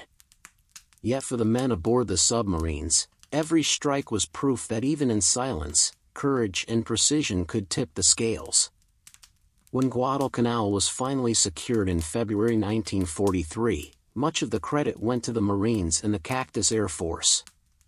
But the silent submarines beneath the waves had played an equally vital role, turning night into a weapon and the ocean into a theater of decisive combat. Iron and water had become allies of the island's defenders, striking terror into those who thought they could resupply the Japanese garrison. In the end, Guadalcanal was a testament to human endurance, ingenuity, and the deadly elegance of unseen warfare. The submarines had proven that in a conflict measured in fire, blood, and sweat, silence could be just as lethal as cannon, and patience as deadly as valor. The war beneath the waves had claimed its toll, and its unseen victories became the backbone of the Allied campaign in the Pacific, proof that sometimes, the most decisive battles are fought in the depths, away from the eyes of history, yet shaping it all the same. The morning of October 26, 1942, began quietly over the Pacific, but the calm was a fragile mask over a gathering storm. Northeast of Guadalcanal, the blue expanse of sea and sky became the stage for a confrontation that would test the skill, courage, and endurance of the men aboard the carriers and in the cockpits above. On the American side, USS Enterprise and USS Hornet carried aircraft, pilots, and crews who had grown accustomed to the relentless pace of war. Their mission was to strike Japanese forces attempting to reinforce Guadalcanal and to protect Henderson Field, the lifeline of the Marines onshore. Each plane carried not only bombs and fuel but the weight of strategy and survival. The Japanese, determined to reverse their losses at Guadalcanal, scrambled their elite pilots. From carriers positioned north of the island, aircraft launched with precise timing, their pilots trained in coordinated strikes, dive bombing, and fighter cover. These were seasoned veterans, men who had already proved themselves over the Solomons and Midway, and they approached the confrontation with the confidence of experience. The first wave of aircraft met above the clouds, where sunlight reflected off the wings like scattered fire. Dive bombers screamed toward the carriers, bombs clutched beneath their fuselages, while Wildcats and F-4FS wheeled in defense, trying to intercept the incoming formations. The sky erupted into chaos, tracer fire crisscrossed the clouds, smoke trailed from damaged planes, and anti-aircraft guns on the decks below roared like thunder. From the bridge of the Hornet, Captain Mark Mitcher barked orders. Fighters scrambled, deck crews worked feverishly to launch planes while simultaneously trying to fight fires and repair damage from previous raids. The ship pitched and rolled with the waves, adding a layer of peril to every action. Each second mattered, hesitation could mean destruction. Bombs found their targets quickly. The Japanese Zeros dove at the Hornet, tearing through defensive fighters with precise agility. Explosions rocked the flight deck, flames lit across fuel stores, and sailors and aviators scrambled to contain the damage. Despite heroic efforts, a catastrophic hit struck the Hornet. Fire spread rapidly across the deck, and the ship, once a bastion of American power, began to list dangerously. Meanwhile, the Enterprise maneuvered to engage Japanese carriers and protect its sister ship. American pilots, taking off under fire, weaved through clouds and smoke, coordinating attacks with extraordinary precision. Dive bombers struck Japanese vessels, scoring hits that ignited fires and caused explosions below decks. For the Japanese, losses were immediate and severe, several aircraft were destroyed, and veteran pilots perished, leaving gaps that could not be filled in the short term. The battle raged for hours. Waves of aircraft from both sides clashed in the sky, turning clouds into a chaotic blur of propellers, tracers, and smoke. Torpedoes streaked beneath the water, narrowly missing ships as gunners struggled to adjust for the rolling decks and shifting currents. Damage reports flowed in continuously, and every decision by captains, pilots, and gunners could tilt the balance of this fleeting, violent encounter. By nightfall, the toll was clear. The USS Hornet was lost, a devastating blow to the U.S. Navy and a sobering reminder of the cost of the Pacific War.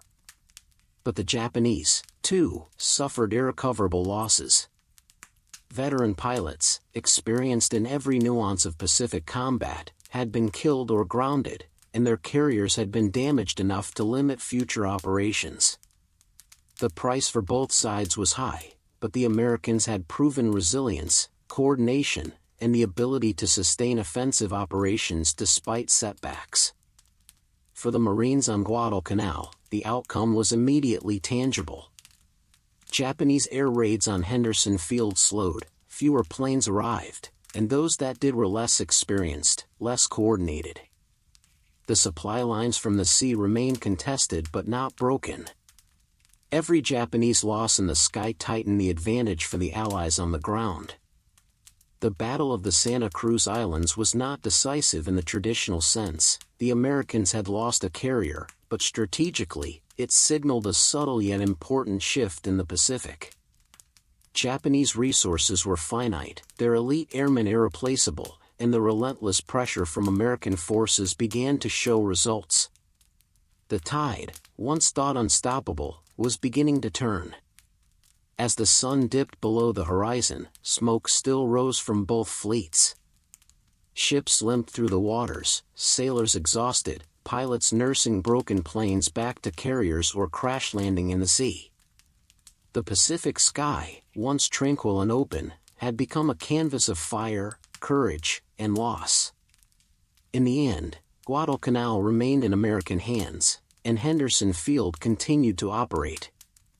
The battle in the clouds had exacted a heavy price, but it also demonstrated the growing strength, coordination, and resilience of the U.S. Navy. The Japanese could attack, but the Americans were learning, adapting, and beginning to control the rhythm of the war in the Pacific, in the sky, on the sea, and ultimately, on the islands themselves. The Battle of the Santa Cruz Islands would be remembered not for the ships lost, but for the subtle turning of the tide, a moment when the Pacific's vast expanse, once dominated by the rising sun, began to yield to the relentless push of an industrial, strategic, and determined adversary. Guadalcanal, still smoldering and alive, had survived another night, its skies and waters proving that the Pacific War was far from over, but for the first time, hope and dominance were not entirely out of reach. The slot, a narrow stretch of ocean north of Guadalcanal, had become a battlefield in its own right, a place where steel, fire, and darkness collided in a deadly ballet. By late 1942, both Japanese and American forces understood that whoever controlled this watery corridor controlled the fate of Guadalcanal itself. Supplies, reinforcements, and the ability to sustain troops on the island depended entirely on mastery of the slot. Night after night, Japanese destroyers and cruisers moved under cover of darkness, racing to deliver soldiers, ammunition, and food to their embattled garrison. The Tokyo Express, as the Americans called these runs, relied on speed, stealth, and surprise. Every ship was a gamble. One torpedo or ambush could send it to the bottom, drowning men in the cold black water. The Americans did not let them pass easily. Patrols of cruisers, destroyers, and submarines prowled the slot, waiting for signs of movement. Radar operators strained their eyes and ears, while sonar pings cut through the darkness in a silent symphony of detection. Depth charges thudded beneath the waves, torpedoes streaked unseen, and searchlights stabbed at the black horizon, revealing fleeting silhouettes that vanished as quickly as they appeared. Every encounter in the slot was chaotic. Ships maneuvered in tight quarters, guns firing into smoke and shadows, sailors leaping from decks as explosions tore through hulls. The water became a graveyard, burning oil slicks reflected the flashes of cannon fire, bodies floated in the waves, and the cries of men echoed eerily over the black expanse. The Japanese often pushed forward despite losses, determined to reinforce Guadalcanal. The Americans pushed back with equal ferocity, knowing that every ship sunk brought the Marines on the island a day closer to survival. The corridor was not forgiving. Navigation through the narrow channel was treacherous, particularly at night. Shoals, reefs, and hidden currents conspired with the enemy. Every maneuver had to be precise, every decision potentially fatal. Ships collided, struck reefs, or were caught in crossfire from aircraft overhead. The jungle-clad islands to either side of the slot loomed like sentinels, their silhouettes hiding snipers and artillery emplacements, ready to punish any ship straying too close to shore. Sailors on both sides soon began to whisper about the slot as if it were alive, a predator that demanded respect. They said that light never shines here, and mercy never comes. In those waters, the ocean itself seemed complicit in the slaughter, claiming men and metal alike. Nightly skirmishes left ships burning, sailors adrift, and supply convoys incomplete. The rhythm of battle had become as relentless as the tides. For the men on Guadalcanal, the consequences were immediate and tangible. Food shortages and delayed reinforcements meant every ration was precious, every cartridge counted. The Marines, exhausted from continuous combat and disease, knew that survival depended on these nightly battles. The control of the slot was not an abstract military objective, it was the difference between life and death, between holding Henderson Field and being overrun. Over time, the Americans learned to exploit the patterns of the Tokyo Express, setting ambushes with coordinated fleets and submarine patrols. Each Japanese ship sunk tightened the noose around their island garrison. At the same time, the Japanese adapted, using night cover, deceptive maneuvers, and calculated speed to maximize their deliveries. The struggle was a brutal, silent war, fought in the shadows where traditional tactics were often irrelevant. Casualties were heavy, and the cost of failure immediate. Entire crews were lost, ships burned or sunk, and supplies never reached the troops waiting ashore. The slot became a nightly testament to the intensity of the Pacific War, a place where technology, courage, and cunning collided in darkness, and where the tiniest miscalculation could be fatal. By the end of each encounter, the sea returned to an uneasy calm. Smoke curled from burning hulls, oil slicks drifted across the black water, and survivors clung to life in lifeboats or debris. Yet the slot never forgot. It would be ready again the next night, demanding vigilance, skill, and endurance from all who entered its waters. In the end, control of the slot dictated the pulse of Guadalcanal.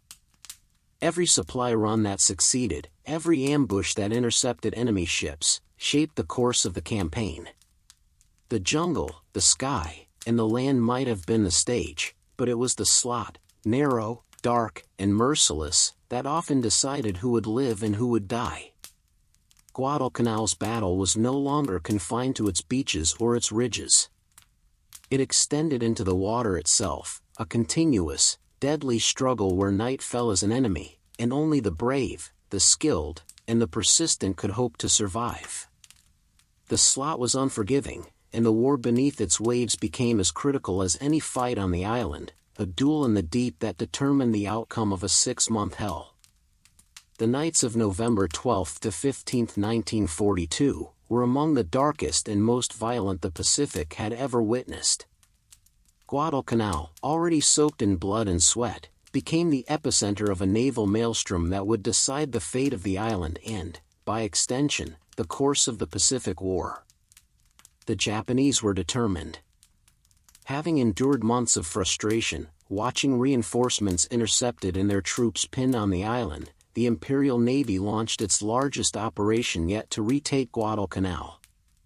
Battleships, cruisers, destroyers, and hundreds of aircraft moved in coordination from bases across the Solomon Chain. Their objective: destroy Henderson Field and crush the Marines defending it, reopening the route for future Japanese operations. On the American side, the U.S. Navy knew the stakes. Cruisers and destroyers, hastily reinforced, formed a protective shield around the island. Though outnumbered, their mission was clear: intercept the Japanese force before it could reach Henderson Field, no matter the cost. Radar operators strained their ears and eyes, watching the dark horizon, knowing that one mistake could cost the island. The first night's engagement erupted in near-total darkness. Japanese ships, guided by skilled navigators and night tactics, collided with American vessels in the waters north of Guadalcanal. The chaos was immediate. Gunfire erupted at point-blank ranges, and ships maneuvered dangerously close to one another, their superstructures illuminated only by tracer fire and explosions. Amid the inferno, Admiral Daniel Callahan and Rear Admiral Norman Scott led from the front. Their ships became beacons of defiance in the swirling chaos. Callahan, known for his courage and leadership, barked orders over the din, coordinating movements and firepower. But even the most disciplined crews were tested to their limits. Shells slammed into decks, torpedoes streaked beneath the waves, and fires broke out across the line. The Japanese battleships Hai and Kurashima, massive and imposing, targeted American positions with relentless precision. Despite repeated hits from American guns and torpedoes, their armor held, at least for the first hours of battle. American destroyers and cruisers struck back with torpedoes and concentrated gunfire, exploiting every small error the Japanese commanders made. The waters boiled with fire and debris, and the horizon glowed orange from explosions lighting the smoke-filled sky. Leadership came at a cost. Both Callahan and Scott were killed in the maelstrom, leading from the bridge as their ships became targets. Their deaths sent shockwaves through the fleet, yet the remaining officers and crews held their lines, continuing the fight with grim determination. Morale was tested not only by the enemy, but by the knowledge that even the bravest could fall at any moment. Over 3 nights, the engagement became a ballet of chaos and courage. Cruisers collided, destroyers rammed, and torpedoes struck in unpredictable patterns. Flames licked the waves as ships burned, and the sounds of battle, explosions, creaking metal, desperate shouts, echoed across the Sound, a symphony of destruction that would haunt survivors for decades. The climax came on the final night. High, critically damaged from multiple engagements, capsized and sank, dragging hundreds of Japanese sailors to the depths. The Kirishima followed shortly after, consumed by fires ignited by torpedoes and gunfire. The loss of these battleships was catastrophic for the Japanese Navy, not only in men and material but in morale and strategic capacity. When the smoke cleared, Henderson Field remained in Allied hands. The Marines below, exhausted but unbroken, knew that the naval battle above had secured their tenuous hold on the island. Japanese attempts to retake Guadalcanal had been decisively halted. The tide of the campaign was shifting in favor of the Allies, though at a tremendous cost. The waters surrounding Guadalcanal earned their ominous nickname anew. Iron Bottom Sound, already littered with the wrecks of months past, claimed more ships, more lives, and more stories of heroism and sacrifice. Every sailor, Marine, and pilot who survived those nights carried the memory of fire, chaos, and courage etched into their minds. The great naval battle of Guadalcanal was not just a fight for an island, it was a crucible that tested strategy, bravery, and endurance. It proved that control of the sea was inseparable from control of the island, and that the combination of daring, leadership, and relentless firepower could shape the course of war. By dawn on November 15, Henderson Field was secure, the Japanese offensive broken, and Guadalcanal remained in Allied hands. The battle had claimed the lives of thousands, yet it had demonstrated a crucial truth. In the Pacific, survival depended as much on mastery of the sea as courage on land. The island, the sea, and the men who defended it had together forged a pivotal turning point, one that would echo through the remainder of the war. The dawn after the final clashes of November 1942 brought a strange, almost eerie calm to the waters surrounding Guadalcanal. For the first time in months, the roar of artillery, the scream of dive bombers, and the relentless rattle of machine guns faded into an uneasy silence. The slot, the narrow sea lanes north of the island, lay still, yet it was a quiet laden with the weight of loss. Both sides were exhausted. The Japanese Navy, battered by repeated naval engagements and the loss of experienced crews, pulled back to regroup. Ships were damaged beyond repair, their decks scarred by fire and explosions. Survivors limped back to Rabaul, carrying not just the wounded, but the knowledge that Guadalcanal was slipping beyond their grasp. Pride, discipline, and years of preparation had been broken against the unyielding determination of the Americans. The Marines and Army units on the island, too, were exhausted. Weeks of combat had left Henderson Field surrounded by scars, burned-out equipment, abandoned bunkers, and the bodies of friends and foes alike. Each day had demanded vigilance and courage, yet even victory felt hollow. For every Japanese soldier repelled, every ship sunk, the Americans had paid dearly, lives lost to bullets, disease, starvation, and the suffocating jungle itself. The island itself seemed to breathe a heavy sigh. The once overwhelming cacophony of battle was replaced by the rustle of palms, the hum of insects, and the distant crash of surf on black volcanic beaches. Soldiers and sailors surveyed the aftermath, overturned barges, shell-cratered trails, and the makeshift graves of those who had fallen.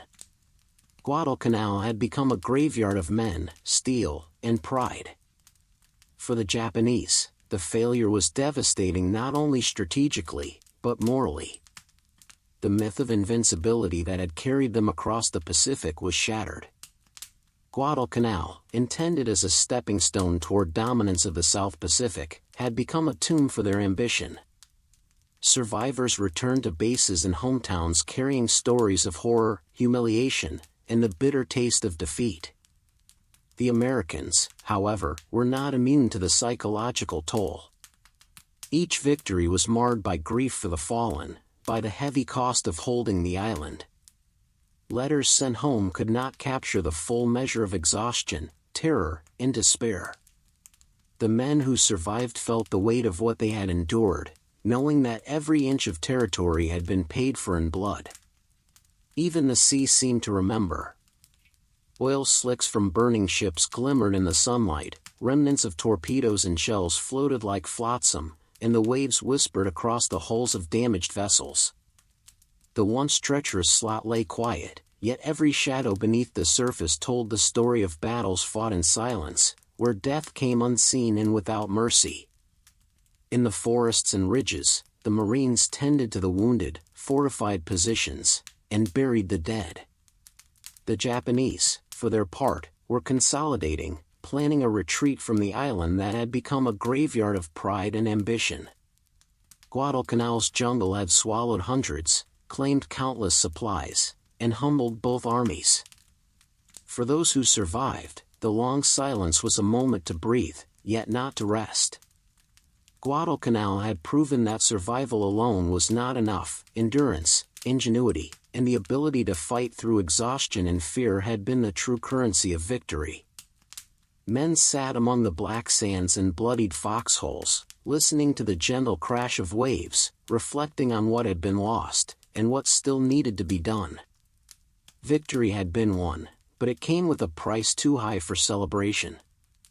The island's forests, rivers, and coral beaches were littered with the markers of human suffering, a testament to the 6 months of hell that had transformed this remote patch of land into a crucible of courage, strategy, and unyielding human endurance.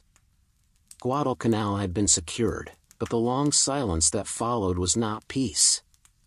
It was the heavy echo of what had been endured, a quiet interlude in a war that would continue across the Pacific, carrying with it the lessons, scars, and memories of those who had survived the most savage campaign yet fought by the Allies.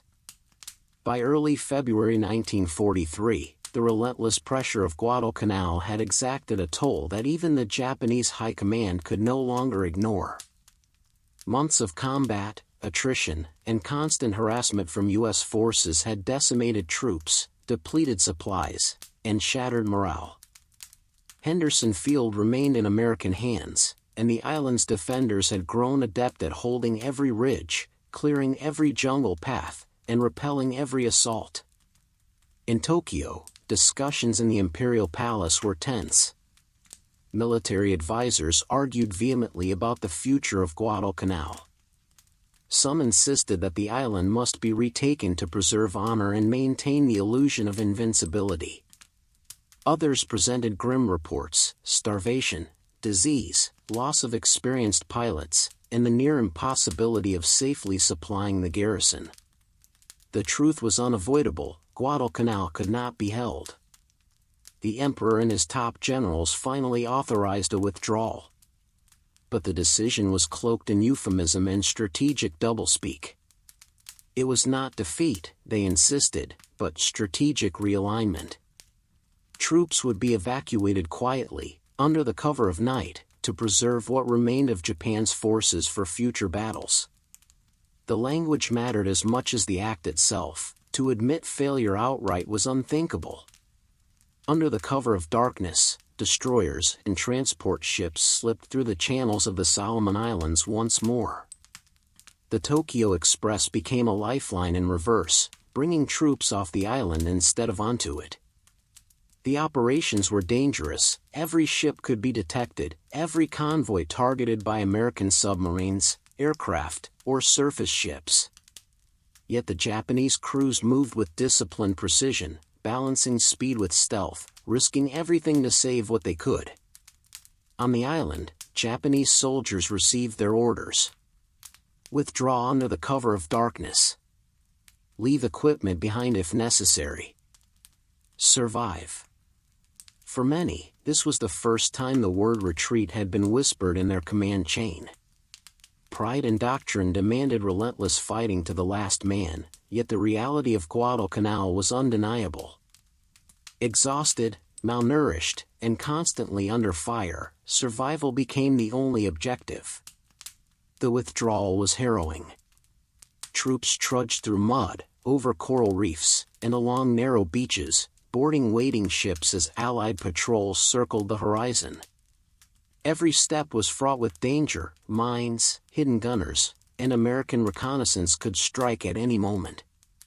The jungle that had long concealed them now became a gauntlet, guiding them towards salvation only slowly and uncertainly. For the Americans, the Japanese evacuation was a revelation. The myth of an unstoppable army, of an invincible and unyielding foe, had begun to crumble. Guadalcanal, long seen as a distant, hard-fought contest, now stood as proof that determination, supply, and mastery of both land and sea could tip the balance of the Pacific. Yet for the Japanese, the operation was bittersweet. They saved a portion of their forces, preserving men who would fight again elsewhere, but the island itself had been lost. Equipment abandoned, positions surrendered, and the psychological blow of admitting that Guadalcanal was no longer tenable weighed heavily. The retreat, though carefully orchestrated, was a bitter acknowledgement of reality, a crack in the veneer of the Imperial Army's invincibility. By the end of February, the evacuation was complete. Guadalcanal remained under Allied control, the Japanese garrison reduced to a shadow of its former strength. Henderson Field operated unchallenged, the Cactus Air Force patrolling the skies, and the Marines reinforced and resupplied. The decision in Tokyo marked a pivotal moment in the Pacific War. It was the first time the Japanese had been forced into a strategic withdrawal, signaling to both sides that the tide could indeed turn. Morale among the Allies surged, their persistence, resilience, and ingenuity had been vindicated. Guadalcanal, once a remote dot in the Solomons, had become the proving ground for modern amphibious warfare, a lesson in endurance, and a symbol that even the most disciplined, proud, and feared military could be humbled. The myth of Japan's unstoppable army had begun to unravel, and the Pacific War had irrevocably shifted. The island itself, quiet now under the tropical sun, bore the scars of 6 months of hell, trenches, destroyed bunkers, and the remnants of battles both above and below the waves. Yet for the Americans, the jungle and beaches of Guadalcanal had been transformed into proof, strategy, persistence, and courage could overcome even the fiercest of enemies. Tokyo's reluctant retreat had ended the first major chapter of the island campaign. Guadalcanal had survived, and with it, the hope and momentum of the Allies in the Pacific. For both soldiers and strategists, the lesson was clear: no matter how far the rising sun had spread, no force was invincible, and every ambition could be checked by determination, sacrifice, and the unforgiving realities of war. By January 1943, the brutal 6-month struggle for Guadalcanal had exacted a devastating toll on the Japanese forces. The island, once envisioned as a springboard for further expansion in the South Pacific, had become a cage, a place where starvation, disease, and relentless Allied pressure had cornered even the most disciplined soldiers. For the first time in the war, Tokyo was forced to confront an unvarnished reality: Guadalcanal could not be held. Plans for withdrawal began quietly, under cover of darkness and secrecy. The Japanese High Command devised a covert operation to rescue the remaining troops stranded on the island. The objective was clear: preserve as many lives as possible while minimizing exposure to the increasingly vigilant U.S. Navy and the Cactus Air Force. Every ship dispatched into the slot carried not only soldiers but the weight of pride, desperation, and the unspoken acknowledgement of failure. Destroyers slipped silently through the black waters, hugging the coastline to avoid detection. The moonless nights were ideal for concealment, Each vessel moved with calculated precision, engines throttled low to avoid giving away their presence. On board, sailors and soldiers held their breath as the island loomed in the darkness, its jungle rising like a sentinel against the night sky. On shore, Japanese troops prepared for evacuation with a mixture of relief and grief.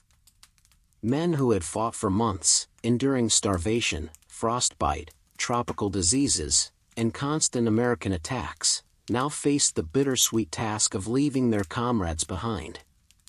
Small teams scouted the beach, signaling to the approaching destroyers and ensuring wounded soldiers could be carried aboard. Each step toward the boats was heavy with the knowledge that not everyone would make it. Some were too weak, too wounded, or too slow to escape. As the destroyers reached the shore, boarding began. Soldiers wept quietly as they left their fallen friends and deserted positions behind. Some carried wounded comrades, others took only what they could salvage in the darkness. The Japanese on Guadalcanal had endured months of unrelenting pressure, and the evacuation marked the first tangible acknowledgement of their failure. The U.S. Marines and Army units watched from Henderson Field, aware of the withdrawal but unable to prevent it. Patrols spotted small lights moving along the black sands, destroyers slipping quietly away with survivors. Though the Americans had lost no ground during this operation, the sight of Japanese troops leaving their entrenched positions underscored a harsh truth. The relentless pressure applied over 6 months had forced the enemy into retreat, a symbolic as much as a strategic victory. The slot, previously a corridor for Japanese reinforcements, now became a conduit for their withdrawal. Submarines and aircraft were positioned to harass the escaping columns, but the operation was executed with careful timing and discipline.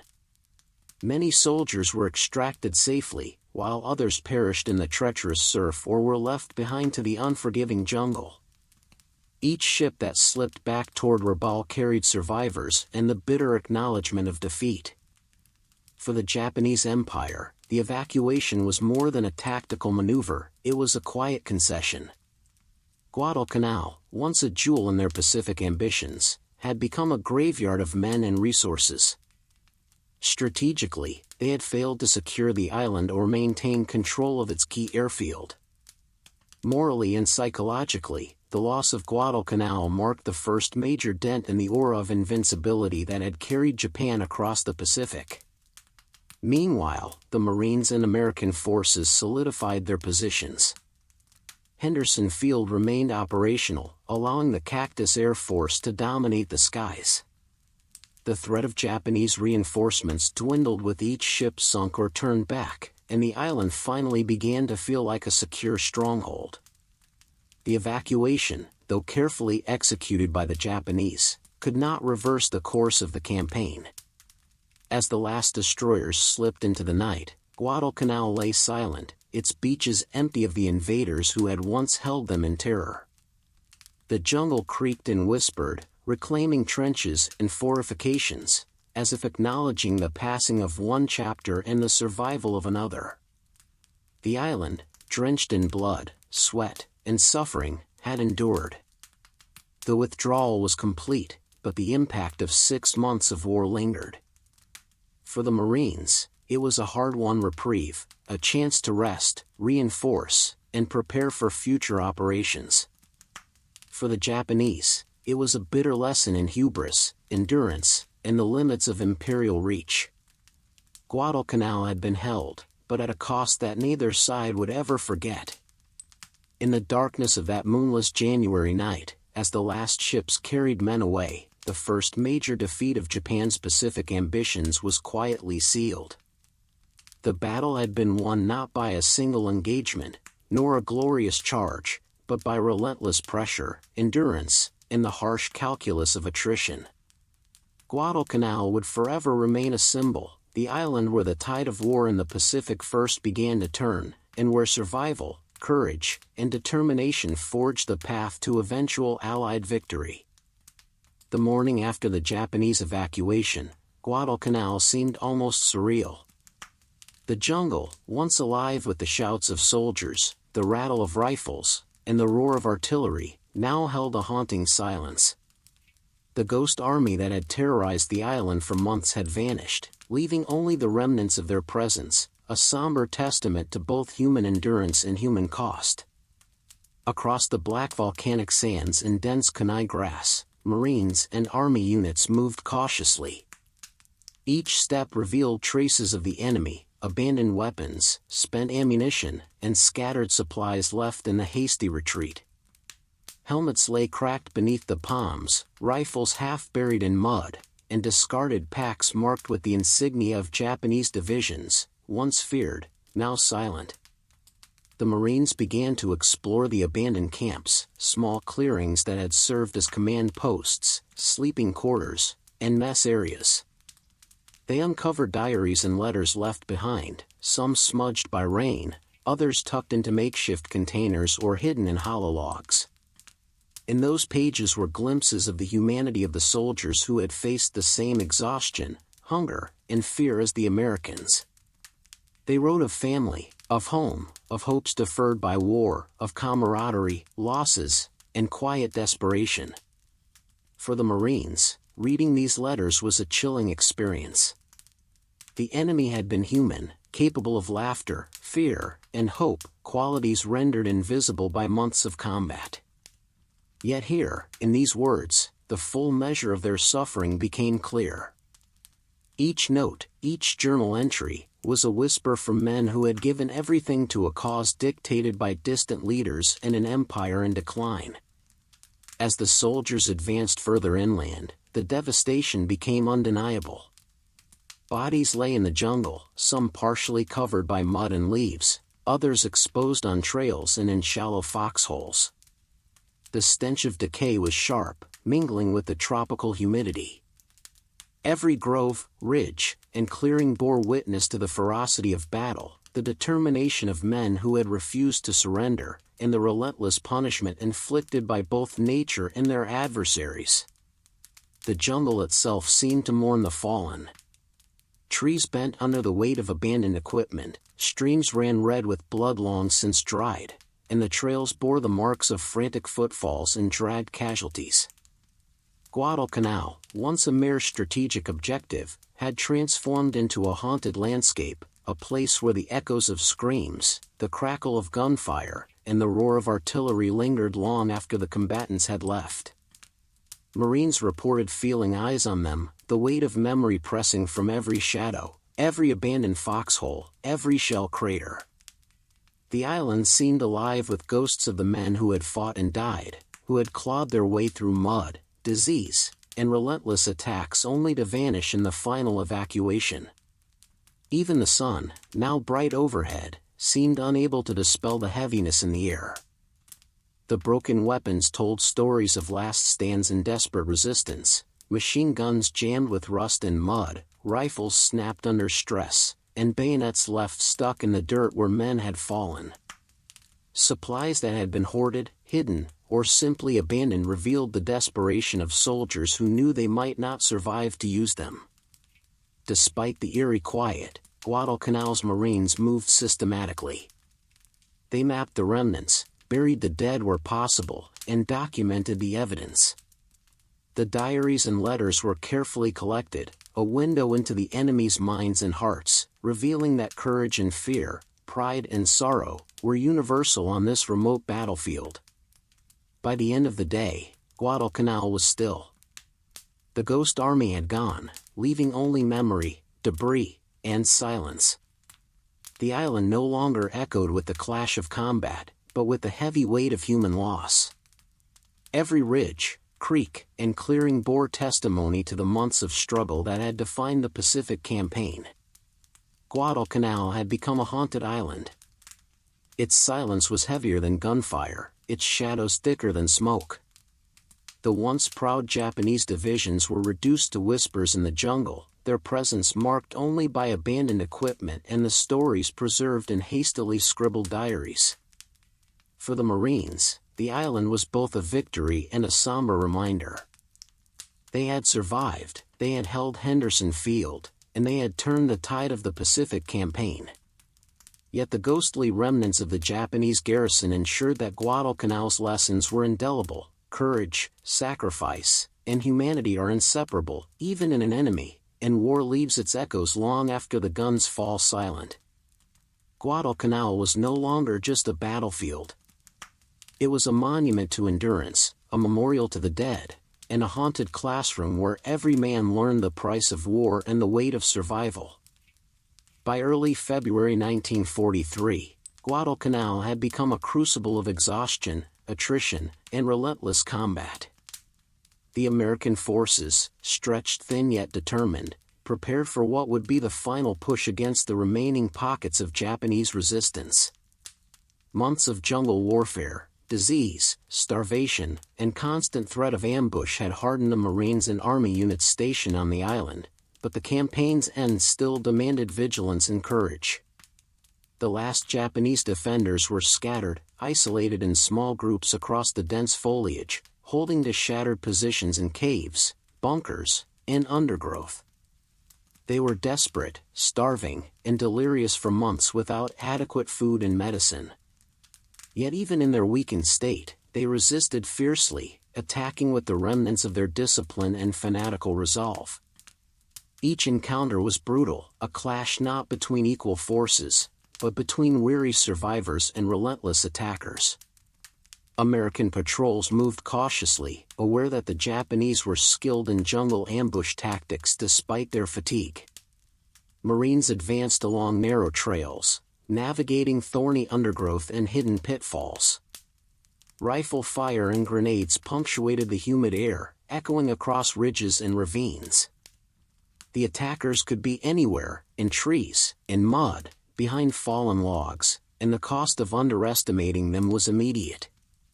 As the final skirmishes unfolded, the Americans began to realize a sobering truth: victory was not sweet. The Japanese, starved and disoriented, fought with a frenzied desperation that made each encounter deadly. When the smoke cleared from the underbrush, Marines often found bodies lying twisted and broken, some killed in direct combat, others succumbing to exhaustion or disease. The jungle, already a lethal environment, became a silent witness to the human cost of the fight. By February 8, the Marines had cleared the majority of the remaining enemy positions. Survivors were either captured or fled deeper into the jungle, but their numbers were few and the threat diminished. The island had been methodically scoured, every ridge, cave, and abandoned bunker accounted for. The pace of the battle had slowed only because the enemy was nearly gone, but the strain on the American troops was at its peak. Finally, on February 9, 1943, Guadalcanal was officially declared secure. Flags were raised, the airfield was reinforced, and communications sent to Allied command confirming the island's status. It was a moment that should have felt triumphant. Yet for the Marines and soldiers who had endured 6 months of hell, the victory was bitter and hollow. The jungle had claimed hundreds of comrades. Disease, starvation, and relentless combat had left scars both visible and invisible. Henderson Field remained operational, a testament to endurance and strategic foresight. Supply lines were secure, and the Japanese threat had been effectively neutralized. But the cost of holding the island was starkly visible: burned-out vehicles, destroyed fortifications, empty supply depots, and the countless lives lost in fire, mud, and disease. In the quiet that followed, soldiers moved among the remains of the battlefield. Letters were written home describing the harrowing experiences. Some recorded the horror, others the acts of courage and small kindnesses that had preserved humanity amidst chaos. Guadalcanal had been a battlefield where every day had demanded more than ordinary courage. It had demanded endurance, ingenuity, and an unyielding will to survive. Even in victory, the Marines understood that war leaves no simple celebrations. For every position captured, every Japanese soldier neutralized, there was a cost measured in blood and suffering. The survivors carried the weight of these experiences with them, knowing that Guadalcanal's jungles and beaches would forever hold the echoes of screams, the stench of decay, and the memory of men who fought and died in the relentless heat and humidity. Guadalcanal, now officially under Allied control, marked a turning point in the Pacific War. The Japanese would no longer freely operate in the southern Solomons, and the Allies could now build airfields and naval bases to project power further into enemy territory. Yet for those who had endured the battle, the final push was more than a strategic victory. It was the end of a 6-month ordeal that tested the limits of human endurance. The island, though secured, bore the scars of relentless combat: craters, foxholes, burned vegetation, and the lingering silence of the fallen. For the soldiers and Marines, the memory of the fight, not the flag raising or the victory announcements, would endure. Guadalcanal had been seized, yes, but the island had demanded a terrible price, leaving the Americans to understand that in war, triumph is often inseparable from suffering. The final push had been successful, but it was neither easy nor clean. It was a battle where determination met desperation, courage confronted fanaticism, and survival required a combination of strategy, endurance, and sheer human will. On February 9th, Guadalcanal was secure, yet the jungle continued to whisper the stories of 6 months of hell, stories the men would carry with them for the rest of their lives. The jungle of Guadalcanal was quiet, but not peaceful. By February 1943, the island had been wrested from the Japanese, yet it remained a place haunted by the remnants of 6 months of hell. Marines and soldiers who had fought relentlessly now occupied a land marked by destruction, loss, and lingering peril. The aftermath was a grim reality. Shallow graves dotted the black sands and undergrowth, hastily dug for men who had fallen during the relentless fighting. Rusted helmets peeked from the soil, rifle barrels protruded from mud, and every ridge and foxhole bore silent testimony to the brutal struggle. Chaplains moved among the troops, holding services amid these graves, offering prayers for the dead and solace for the living. Hymns rose softly through the humid air, mingling with the distant cries of birds and the whisper of the wind through the palms. Even with the cessation of combat, disease and exhaustion did not relent. Malaria, dysentery, and tropical fevers plagued the survivors, claiming more men than the bullets had in some sectors. Corpsmen worked tirelessly, improvising with limited medical supplies, tending to soldiers whose bodies were broken by months of fatigue, malnutrition, and the harsh conditions of jungle warfare. The cries of the sick and the groans of the wounded became a quieter echo of the chaos that had preceded them. Supplies continued to arrive from the sea and sky, but the scars of battle lingered. Marines scavenged the remnants of Japanese fortifications for materials, often encountering abandoned weapons and caches of ammunition. Each discovery was a reminder of the intensity of the enemy's determination, and of the narrow margins by which survival had been claimed. Daily life was a cautious rhythm. Patrols continued through the dense jungle, keeping an eye on the few remaining Japanese stragglers, and ensuring that Henderson Field remained secure. Engineers and laborers repaired and fortified the airfield, preparing for the next phase of operations in the Solomon Islands. Each task was performed with careful deliberation. The men had learned that even after the fighting ended, the island demanded respect, caution, and vigilance. Psychologically, the soldiers carried the weight of the dead.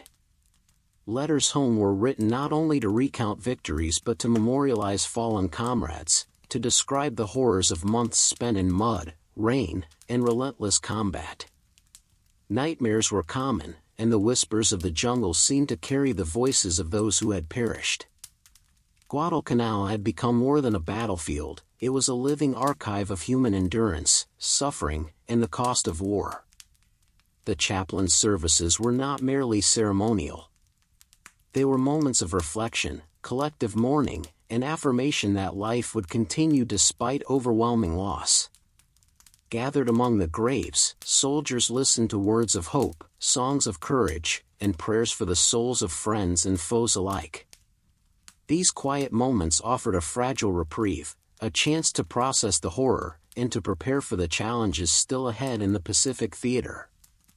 As days passed, Guadalcanal slowly began to shift from battlefield to memory. The dense jungle, once traversed by screaming soldiers and the roar of artillery, now held only the sound of wind and wildlife reclaiming the land. Corpses decayed, tents were dismantled, and equipment was cleared or repurposed. Yet every tree scarred by gunfire, every crater from bombs or artillery, and every remaining piece of rusted machinery carried the memory of the island's violence. For the Americans, Guadalcanal became a warning as well as a triumph. It demonstrated that victory in the Pacific required more than courage, it required endurance, logistics, adaptability, and the ability to fight in extreme conditions. The jungle and the sea had tested every aspect of strategy and human capability, revealing that even small islands could exact a monumental toll. The Island of Shadows, as some soldiers began to call it, stood as both a monument and a lesson. Its landscapes bore the scars of months of combat, its waters, iron-strewn and darkened by wrecks, testified to naval duels fought under moonlight, its jungles whispered the stories of those who had perished. For the troops who remained, each day was a careful negotiation with memory and survival, carrying the echoes of blood, sweat, and sacrifice into a quieter rhythm of occupation. Guadalcanal, though secured, was never truly at peace. The soldiers who held it, and the Marines who patrolled it, understood that the island had left an indelible mark, physically, mentally, and spiritually. Its horrors would be remembered long after the last Japanese soldier had departed, long after the planes had lifted into the sky, and long after the jungle had begun to reclaim the scars of war. In the end, Guadalcanal became more than a victory, it became a memory. The Island of Shadows would serve as a testament to the horrors endured, the lives lost, and the resilience of those who survived. It was a place where silence weighed heavier than gunfire, where every rusted helmet told a story, and where the Pacific's lessons were written not on maps or reports, but in mud, blood, and the enduring human spirit. The aftermath of Guadalcanal was a time not only of rebuilding and reflection, but of listening to the voices that could no longer speak. Across the jungle, the beaches, and the black sands, Marines and soldiers began to uncover letters, diaries, and hastily scribbled messages left behind by the fallen, both American and Japanese. Each fragment told a story, each sentence a testament to the hopes, fears, and humanity of men who had given everything in a battle that would be remembered for generations. Some letters were found in discarded packs, soaked by rain and mud, their ink blurred yet still legible. Others had been hidden in makeshift shelters, beneath rocks, or tucked into hollow logs. There were farewell notes, prayers for family back home, and reflections on comrades lost in the relentless grind of jungle warfare. Each letter carried the weight of an individual life, the perspective of someone who had endured fever, hunger, and the constant roar of artillery, only to face death in the dense, unforgiving jungles of Guadalcanal. Among the American letters, Marines wrote of homes left behind, of wives, children, and parents. They described moments of fleeting calm before the next wave of combat, of small acts of camaraderie that had preserved their humanity amid chaos. A soldier's note might recount sharing his last biscuit with a comrade, or the quiet solace found in the songs sung softly in the foxholes at night. The Japanese writings were equally poignant. Soldiers recorded thoughts of family in distant Tokyo or hometown villages, often expressing shame, fear, and duty intertwined. They wrote of loyalty to comrades and of an unwavering commitment to the mission, even when starvation gnawed at their strength and malaria sapped their bodies. Despite fighting under opposing flags, the words reflected a shared experience of courage, suffering, and mortality. Reading these documents, the Marines realized a profound truth: war does not discriminate in its cost. death and suffering were universal, and in the mud and blood of Guadalcanal, Americans and Japanese alike were bound by the same trials. A diary entry from a Japanese soldier noted simply, "We fight for different flags, but die in the same mud." It was a revelation that, even amid total war, humanity could be glimpsed in the small, quiet acts of reflection and care. Corpses still lay in shallow graves or in the open jungle, their last words preserved in folded scraps of paper or waterlogged notebooks. Chaplains carefully collected and catalogued the letters, reading aloud names and passages to provide both remembrance and closure. Each reading was a bridge across cultures, a recognition that courage, fear, and hope were not bound by nationality. The letters also revealed the psychological toll of Guadalcanal. Marines wrote of hallucinations caused by exhaustion and fever. Japanese soldiers chronicled the despair of waiting for reinforcements that never arrived. These written words offered an intimate perspective, a view into the private struggles behind the public narrative of heroism and strategy. They were raw, unfiltered, and profoundly human. In some cases, letters were addressed to comrades rather than family, offering last instructions, encouragement, or apologies. "Take care of our friends," one Japanese soldier wrote, "and remember us in your hearts." Marines wrote to fallen squad members, promising to carry on their mission, to survive and honor their sacrifice. Across the island, these notes became a mosaic of shared loss and shared courage. Even decades later, historians and descendants would study these letters, discovering the personal dimensions of a conflict often described only in statistics, dates, and outcomes. Guadalcanal was no longer just a strategic victory, it had become a repository of human experience, captured in ink, pencil, and blood-stained paper. Through these writings, the battlefield took on a new life. The voices of the dead spoke as clearly as any trumpet or cannon. They reminded the living of the cost of endurance, the limits of survival, and the value of empathy. For the Marines and officers who sifted through the ashes, there was both sorrow and insight. War demanded everything, yet even in death, men sought to preserve fragments of humanity. Guadalcanal, in the end, was not only a lesson in strategy or tenacity but a chronicle of shared humanity. Its mud, rivers, and black sands had claimed countless lives, yet through diaries and letters, the dead continued to communicate, bridging the gap between enemies, and affirming the universal truths of courage, loyalty, and the desire to be remembered. Among the piles of recovered papers, a recurring motif emerged: hope, regret, pride, and sorrow, intertwined across cultures. It became clear that the island's story was more than the clash of flags or the count of casualties. It was a testament to the individuals who had fought and died, to their fears, dreams, and their enduring voices that refused to be silenced. In the quiet aftermath, Guadalcanal was transformed from a battlefield into a repository of memory. Each letter, each diary, each hastily scrawled message added depth to the understanding of war, not as abstract strategy, but as lived, human experience. The letters from the dead became a bridge across the Pacific, a haunting reminder that the men who fell there had not been mere numbers, but human beings who struggled, loved, and endured until the very end. In that sense, Guadalcanal was never truly silent.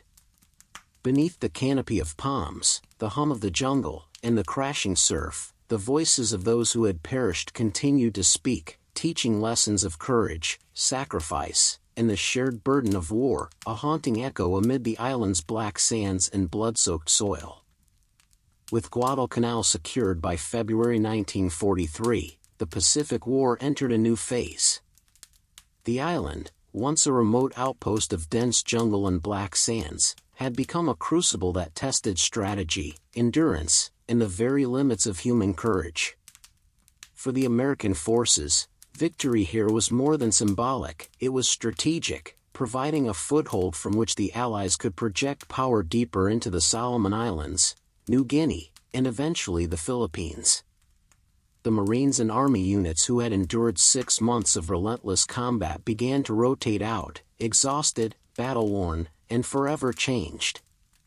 As they boarded transports back to larger bases or home, each man carried with him memories of fire, blood, and relentless struggle. The jungle, the beaches, and the ridges of Guadalcanal had forged boys into men, and in many cases, had left them carrying the silent weight of friends lost and comrades buried in the mud and heat. Guadalcanal itself became a blueprint for amphibious warfare. Lessons were recorded, tactics refined, and innovations in jungle combat, supply lines, and coordination between Navy, Marines, and Air Force were meticulously analyzed. Commanders noted the importance of controlling key terrain like Henderson Field, the necessity of relentless air and naval patrols, and the critical need for robust logistics. These principles would guide subsequent operations across the Pacific, proving that the island had offered more than just a hard-fought victory. It had provided a roadmap for success in a war defined by water, jungle, and fire. Despite the tactical and strategic victories, the human cost remained staggering. The island itself was littered with the remnants of 6 months of brutal combat. Shallow graves, rusted weapons, and abandoned fortifications marked the terrain, each telling the story of men who had fought, suffered, and died in service to a distant command. Corpses of Japanese soldiers were scattered across ridges and jungles, while Marines tended to their own wounded, many suffering long-term injuries and psychological scars that would never fully heal. Even as Guadalcanal's veterans departed, the memory of the island lingered. Stories of the jungle's cruelty, the horrors of disease, starvation, and relentless combat were recounted in letters home, whispered in mess halls, and later recorded in memoirs. The men who survived often felt the presence of the fallen, a reminder that the cost of securing the island was more than measured in territory or strategy, it was measured in human lives. Guadalcanal also signaled a larger strategic turning point. The Japanese offensive had been halted, their supply lines disrupted, and the morale of their troops weakened. For the Allies, the island demonstrated that Japan was not invincible, and that determination, planning, and resilience could wrest control from a seemingly dominant enemy. It was a lesson in the grinding logic of attrition, the power of coordinated air, land, and sea operations, and the relentless application of pressure against an entrenched opponent. For the soldiers leaving the island, every step away from Guadalcanal was a mixture of relief, pride, and grief. They had survived months of combat in unforgiving terrain, under sweltering heat, torrential rain, and the constant threat of enemy fire. They had witnessed friends die, endured diseases like malaria and dysentery, and learned that courage was tested not in single acts, but in sustained endurance. Yet for those who remained behind to consolidate and hold the island, the fight was far from over. Supply depots were reinforced, Henderson Field expanded, and patrols continued to sweep the jungle for stragglers. Guadalcanal would remain a strategic stronghold, a staging area for the next phase of the war, and a constant reminder of the ferocity of the campaign and the cost of holding a distant island against a determined enemy. Across the wider Pacific, Guadalcanal became a symbol. For Allied forces, it was proof that initiative, planning, and tenacity could blunt Japanese expansion and turn the tide of war. For Japan, the island's loss was a painful reminder of vulnerability, the fragility of extended supply lines, and the consequences of underestimating a determined opponent. The lessons of Guadalcanal echoed in every future operation. Amphibious assaults would now account for the lessons learned on jungle terrain, the importance of air superiority, and the need for robust, protected supply chains. Commanders understood that capturing islands was only the first step, holding them required ingenuity, endurance, and constant vigilance. In the end, Guadalcanal became more than a battlefield. It became a proving ground for the Allies, a cemetery for the fallen, and a crucible where ordinary men endured extraordinary trials. The island's black sands and dense jungles bore witness to courage, sacrifice, and the harsh reality of war. As the tide of the Pacific War shifted, Guadalcanal remained in memory, for those who fought, for those who died, and for those who would study the campaign for decades to come.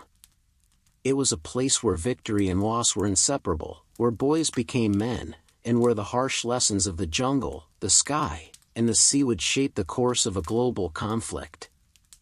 Though the campaign was over, the tide of war moved on, carrying lessons, scars, and the echo of voices from the jungle.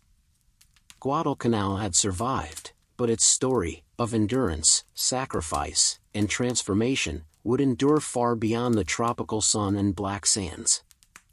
It was a victory won at unimaginable cost, a template for future campaigns, and a testament to the resilience of those who dared to fight in the Pacific's crucible.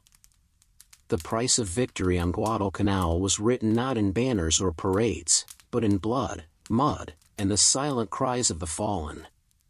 By the time the island was secured in February 1943, the campaign had exacted a staggering toll. Over 7,000 Allied soldiers and 25,000 Japanese troops had died in combat, disease, or starvation. Every ridge, every beach, and every jungle trail bore the imprint of relentless struggle and sacrifice. The jungles of Guadalcanal were thick with the memory of combat.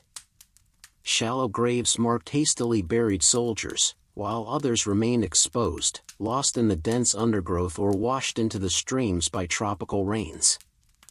Marines patrolling the island walked past remnants of fortifications, rusted rifles, and abandoned gear, silent witnesses to the brutality of the campaign. Each step taken across the black volcanic sands was a reminder that survival had been hard-won, and that every inch of territory cost lives beyond measure. Victory here was incremental, grueling, and measured in suffering. It was not a dramatic triumph but a relentless accumulation of endurance, patience, and courage. Day after day, the Marines and soldiers fought not only an enemy who refused to surrender but also the jungle itself. Malaria, dysentery, leeches, and exhaustion were as deadly as any rifle or machine gun. Even the air and the sea demanded vigilance. Japanese aircraft and naval forces continued to harass the defenders, ensuring that every inch held had been paid for in blood. Japanese soldiers had endured just as severely, their numbers decimated by combat, disease, and starvation. Reinforcements had been insufficient, supplies had been sporadic, and the relentless pressure of American forces had broken their lines. By the end of the campaign, the once proud divisions were reduced to whispers among the jungle shadows, their uniforms torn, their ranks shattered, and their morale irreparably damaged. The Allies, too, bore the scars of the campaign. Corpses lined the beaches and jungle paths, bodies of young men who had marched, fought, and died far from home. Field hospitals overflowed, the wounded groaned under the strain of limited medical supplies and constant tropical infections. Even those who survived the combat were changed irrevocably, carrying memories of horror, courage, and grief that would never fade. Guadalcanal's victory was measured in inches, every ridge secured, every airfield held, every Japanese counterattack repelled was a small triumph. It was measured in months, as 6 relentless, hellish months tested endurance beyond ordinary comprehension. And it was measured in suffering, as soldiers and sailors alike endured hunger, disease, and relentless tropical heat in addition to the mortal threat of combat. For those who walked the island after the last Japanese retreat, the silence was heavy. The wind rustled through the palms, carrying the scent of decay and the lingering smoke from burned-out fortifications. The seas off Iron Bottom Sound reflected the pale sunlight, glinting over submerged ships and scattered debris, memorials to the naval battles that had preceded the final push on the beaches. Yet in spite of the horror and staggering loss, Guadalcanal represented survival and endurance. The Allied forces had held the island, maintained Henderson Field, and proven that the Japanese offensive could be resisted and ultimately defeated. The campaign showcased the critical interplay of infantry, naval, and air operations, as well as the courage, discipline, and adaptability required to sustain a foothold in the hostile South Pacific. Guadalcanal was not a story of glory in the traditional sense. There were no sweeping parades, no immediate political victories, no singular heroic moment to commemorate, only months of struggle, inches gained at a time, and lives spent in relentless combat. For every strategic point captured, for every enemy repelled, there was a human cost that weighed heavier than any map or plan. The island itself bore the evidence of this cost. Burned bunkers, shell-cratered terrain, and the remnants of jungle fortifications told a story of human endurance and cruelty. The black sands, once vibrant with the hope of conquest or control, were now scarred with blood, footprints, and the remnants of equipment abandoned in desperation or death. In the end, Guadalcanal became a testament to the extremes of human perseverance. It was a place where survival, not glory, defined victory. The soldiers who emerged from its jungles carried the weight of the campaign in their hearts and bodies, and the memory of the fallen remained etched across every ridge, every beach, and every darkened corner of the island. Guadalcanal had claimed tens of thousands, but it had also proven the resilience of men, the importance of strategy, and the inevitability of sacrifice. Its lessons would guide future operations across the Pacific and serve as a reminder that in war, victory is always measured by endurance, and often purchased at a cost far beyond imagination. By the time Guadalcanal was fully secured in February 1943, the island had emerged as more than just a strategic victory, it had become the turning point of the Pacific War. The 6-month campaign had tested strategy, endurance, and human courage to the extreme, and the lessons learned would resonate throughout the remainder of the conflict. For Japan, the defeat was a psychological shock. Guadalcanal had been envisioned as a springboard to dominate the South Pacific, a foothold from which the Imperial Army and Navy could project power toward Australia and threaten Allied supply lines. The loss shattered the myth of Japanese invincibility, revealing vulnerabilities in logistics, coordination, and the ability to sustain prolonged operations far from the home islands. The soldiers who survived returned to bases weakened, demoralized, and painfully aware that the Allies could challenge them successfully. For the United States, Guadalcanal provided a crucial learning ground. The campaign taught the Allies how to fight, supply, and command forces across vast stretches of ocean and hostile terrain. Commanders honed amphibious assault techniques, coordinated air, land, and naval operations, and developed methods to sustain troops in tropical jungles under constant threat of enemy action. Lessons from Henderson Field, the battles of Iron Bottom Sound, and the nightly encounters along the Slot informed future operations in the Solomons, New Guinea, and the Philippines. The morale of Allied forces surged. Guadalcanal proved that Japanese forces could be defeated, that meticulous planning, endurance, and coordinated action could overcome even the most fanatical and well-prepared enemy. Soldiers and Marines who had survived months of combat took pride in their accomplishments, knowing that each hill, ridge, and beach they held had contributed directly to a larger strategic victory.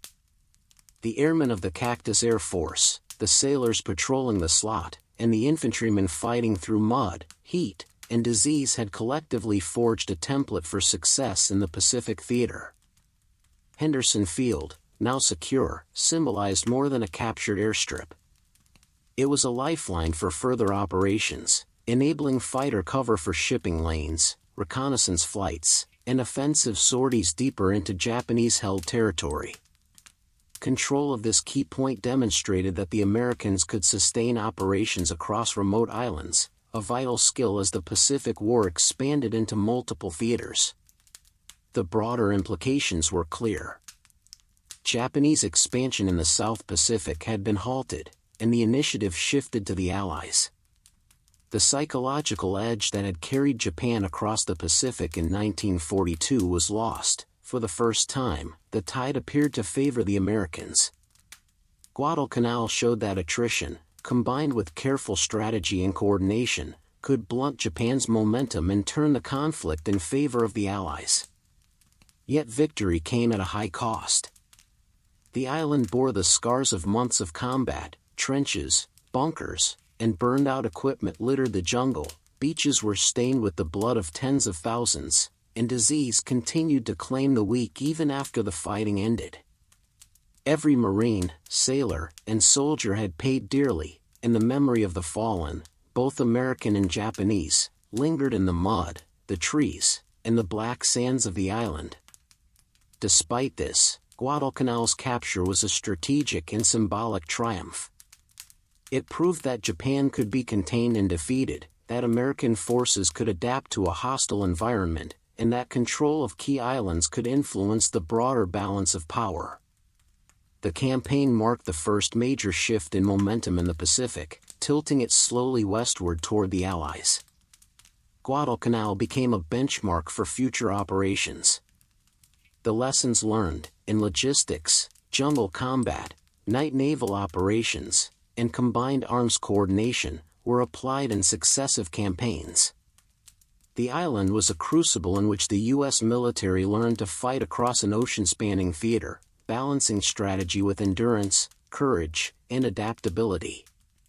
In the minds of soldiers, Guadalcanal was a testament to resilience. Each ridge held, each Japanese assault repelled, and each convoy intercepted beneath the waves contributed to the eventual shift in the Pacific War.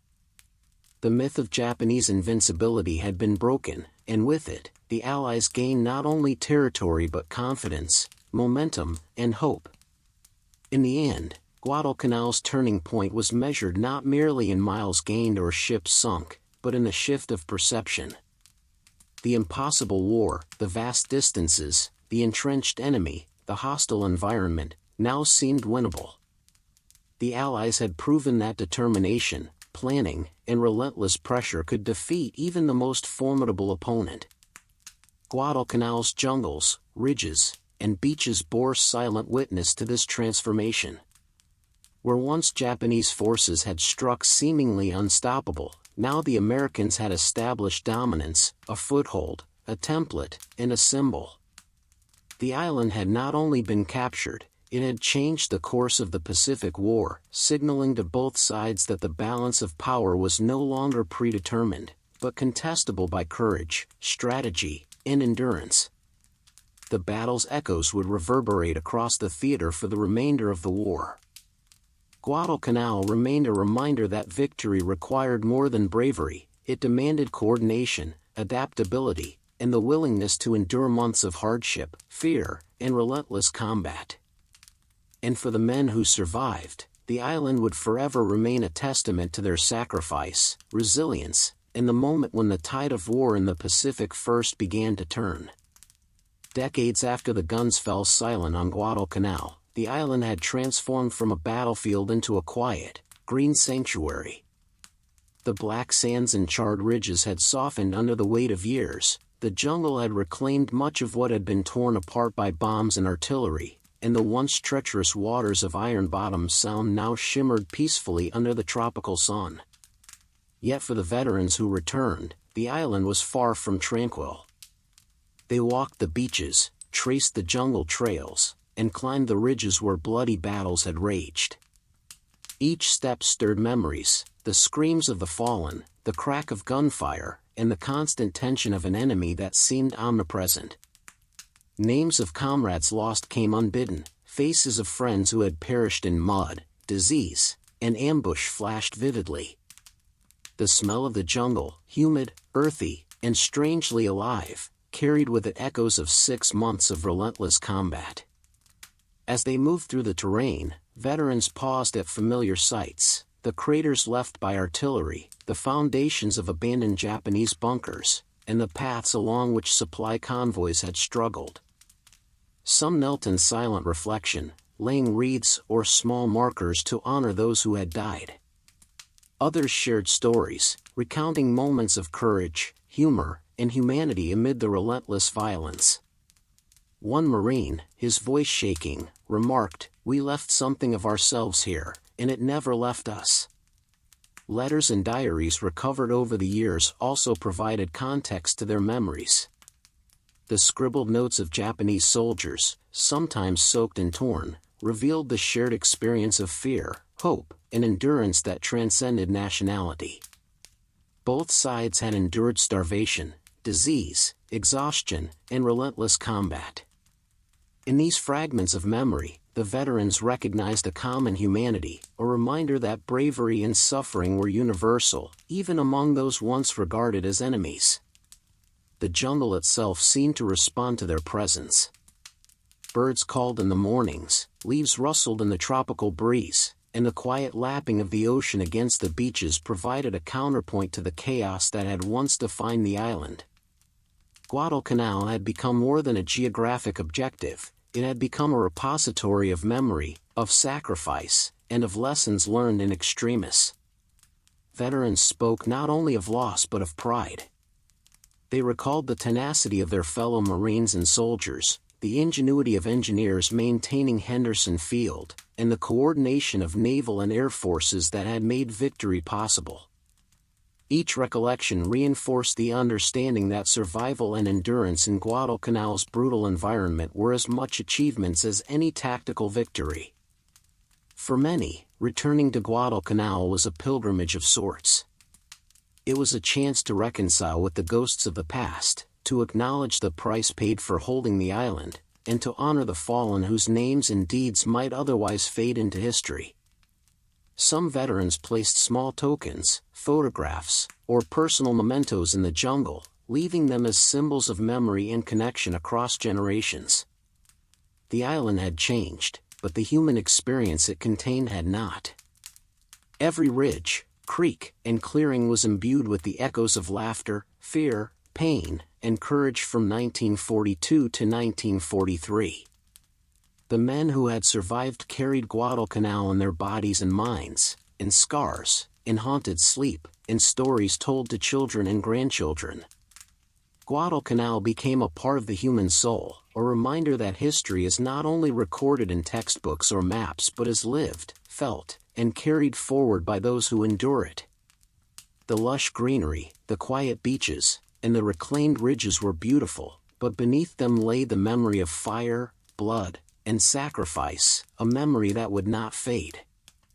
In reflection, veterans often spoke of the duality of the island, the horror of combat and the resilience of the human spirit. They understood that Guadalcanal had tested them in ways no other battlefield could, the extremes of climate, terrain, enemy resistance, and human endurance. And yet, through it all, camaraderie, ingenuity, and determination had allowed them to survive, to hold the island, and to eventually secure a victory that would resonate throughout the Pacific War. Guadalcanal's story, as remembered by those who fought and survived, became a living history. It was not just an account of battles, strategies, or military maneuvers. It was a deeply human tale of courage, suffering, and the enduring connection between men and the places where they had faced death and hardship together. As veterans left the island, they carried it within them, a blend of grief, pride, and memory. Guadalcanal had claimed thousands of lives, tested countless more, and remained an indelible mark on the hearts of those who had survived.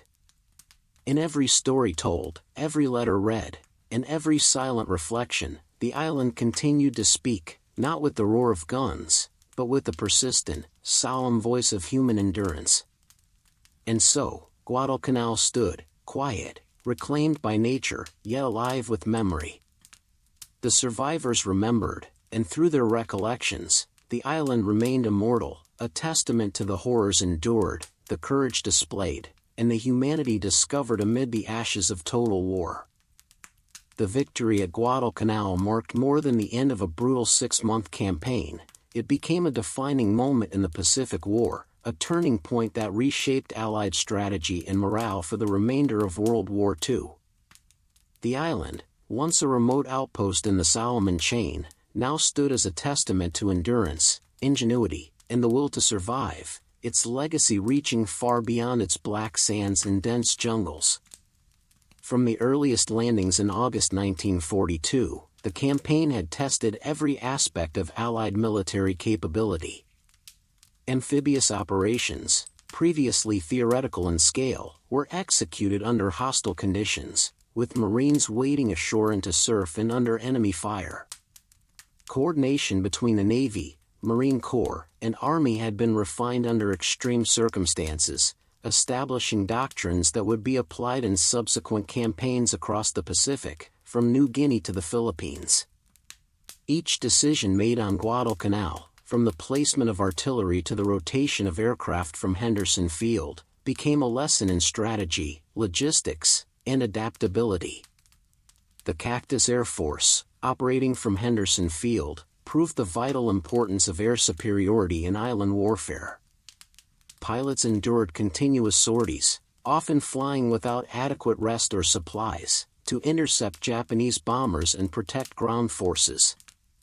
Their success not only kept the island secure but demonstrated that even a relatively small force, properly coordinated and supplied, could hold off a numerically superior enemy. These experiences shaped future American air doctrine, emphasizing flexibility, rapid deployment, and integration with ground operations. On the naval side, Iron Bottom Sound had become a proving ground for the U.S. Navy. Submarines, destroyers, and cruisers patrolled the slot with increasing efficiency, learning to intercept Japanese reinforcements and supply ships with precision. The island's waters taught critical lessons in nighttime operations, radar use, and coordinated fleet maneuvers, skills that would prove indispensable in later campaigns such as Leyte Gulf and Okinawa. Every sunken ship, every disrupted convoy, had contributed not only to the immediate success of Guadalcanal but to a deeper understanding of naval warfare in the Pacific theater. Yet beyond the tactical and strategic lessons, Guadalcanal's greatest legacy lay in morale and resolve. For the first time, the Japanese experienced a sustained, decisive setback. The myth of their invincibility had been shattered, and for the Allies, particularly the United States, Guadalcanal became proof that retreat was not inevitable. The American forces had endured, adapted, and ultimately prevailed. This knowledge imbued commanders and soldiers alike with confidence. The war in the Pacific could be won, but only through relentless effort, coordination, and courage. The campaign also highlighted the human cost of victory. Thousands of lives were lost, diseases ran rampant, and the island itself bore scars of fire, craters, and abandoned fortifications. Marines and sailors carried the memory of fallen comrades, while Japanese soldiers faced the psychological and physical consequences of defeat.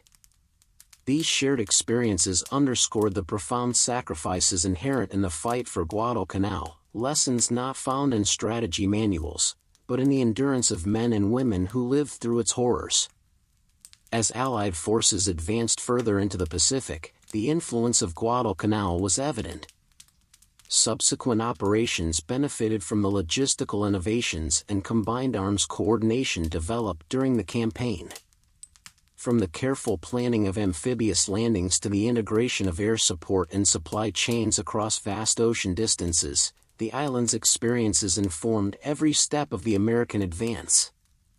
Guadalcanal was no longer just a geographic objective, it had become a school of warfare, its lessons etched into doctrine and memory. For the veterans, Guadalcanal remained forever imprinted on their lives.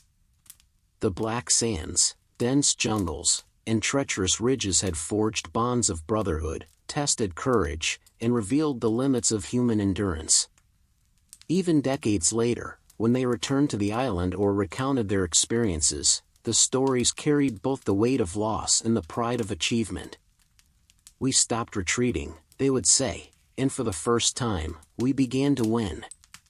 The island itself, now quiet, served as a living reminder of these truths.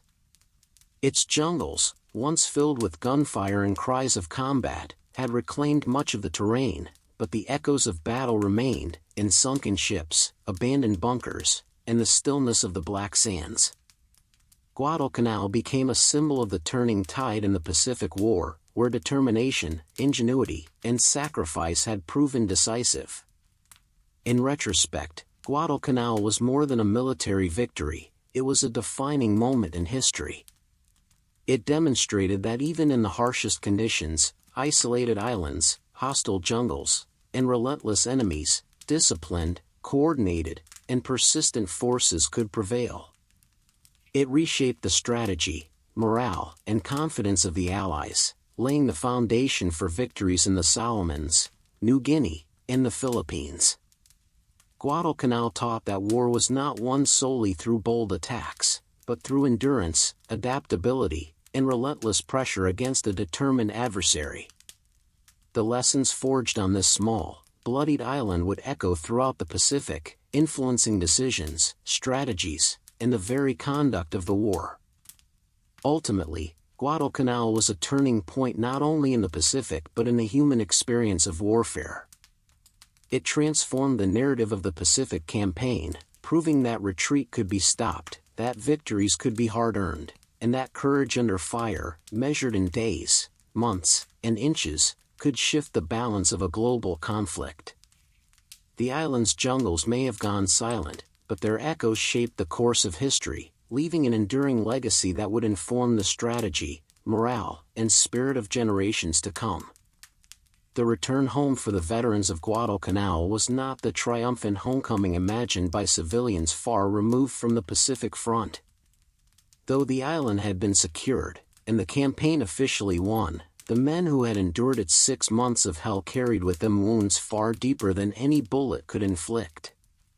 Families welcomed them with open arms, relieved and proud, yet incapable of truly grasping the horrors endured. Mothers, wives, and children saw the uniform, the medals, and the scars, but could not see the nights of terror in the jungle, the constant hunger, or the faces of comrades lost to enemy fire or disease. To the veterans, the world beyond the Pacific seemed distant and alien. The memories of black sands, smoke-filled ridges, and the relentless heat of battle clung stubbornly to their minds. Nightmares haunted their sleep. Soldiers dreamed of ambushes in the dense Kenai grass, of Japanese soldiers charging in screaming waves, of the stench of death, and of friends calling out, never to answer again. Jungle sounds, the rustle of leaves, the croak of frogs, the patter of rain, triggered involuntary memories of Guadalcanal, pulling them back to a battlefield that refused to remain buried in the past. Some woke gasping, drenched in sweat, the cries of the fallen echoing as if still alive. Physical wounds were as apparent as the invisible ones. Malaria, dysentery, and tropical fevers had left many men weak and long after returning to the United States. Frostbite, burns, and gunshot scars adorned their bodies as reminders of the months spent fighting in a relentless environment where every day was a struggle for survival. Even those who appeared whole carried the subtle toll of fatigue, nutrient deficiency, and illness that lingered silently. The psychological scars, however, were the most enduring. Many veterans retreated into silence, unable or unwilling to recount the experiences that had haunted them for months.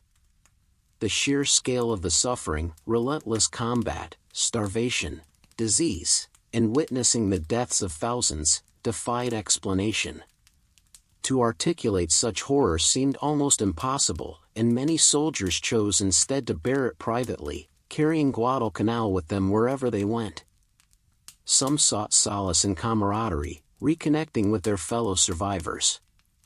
Shared experiences forged bonds that could not be broken. Those who had endured the same fire, rain, mud, and blood understood one another in a way the world could not. Letters and reunions became rituals of remembrance, opportunities to honor the fallen and to keep the memory of the island alive in a safe space.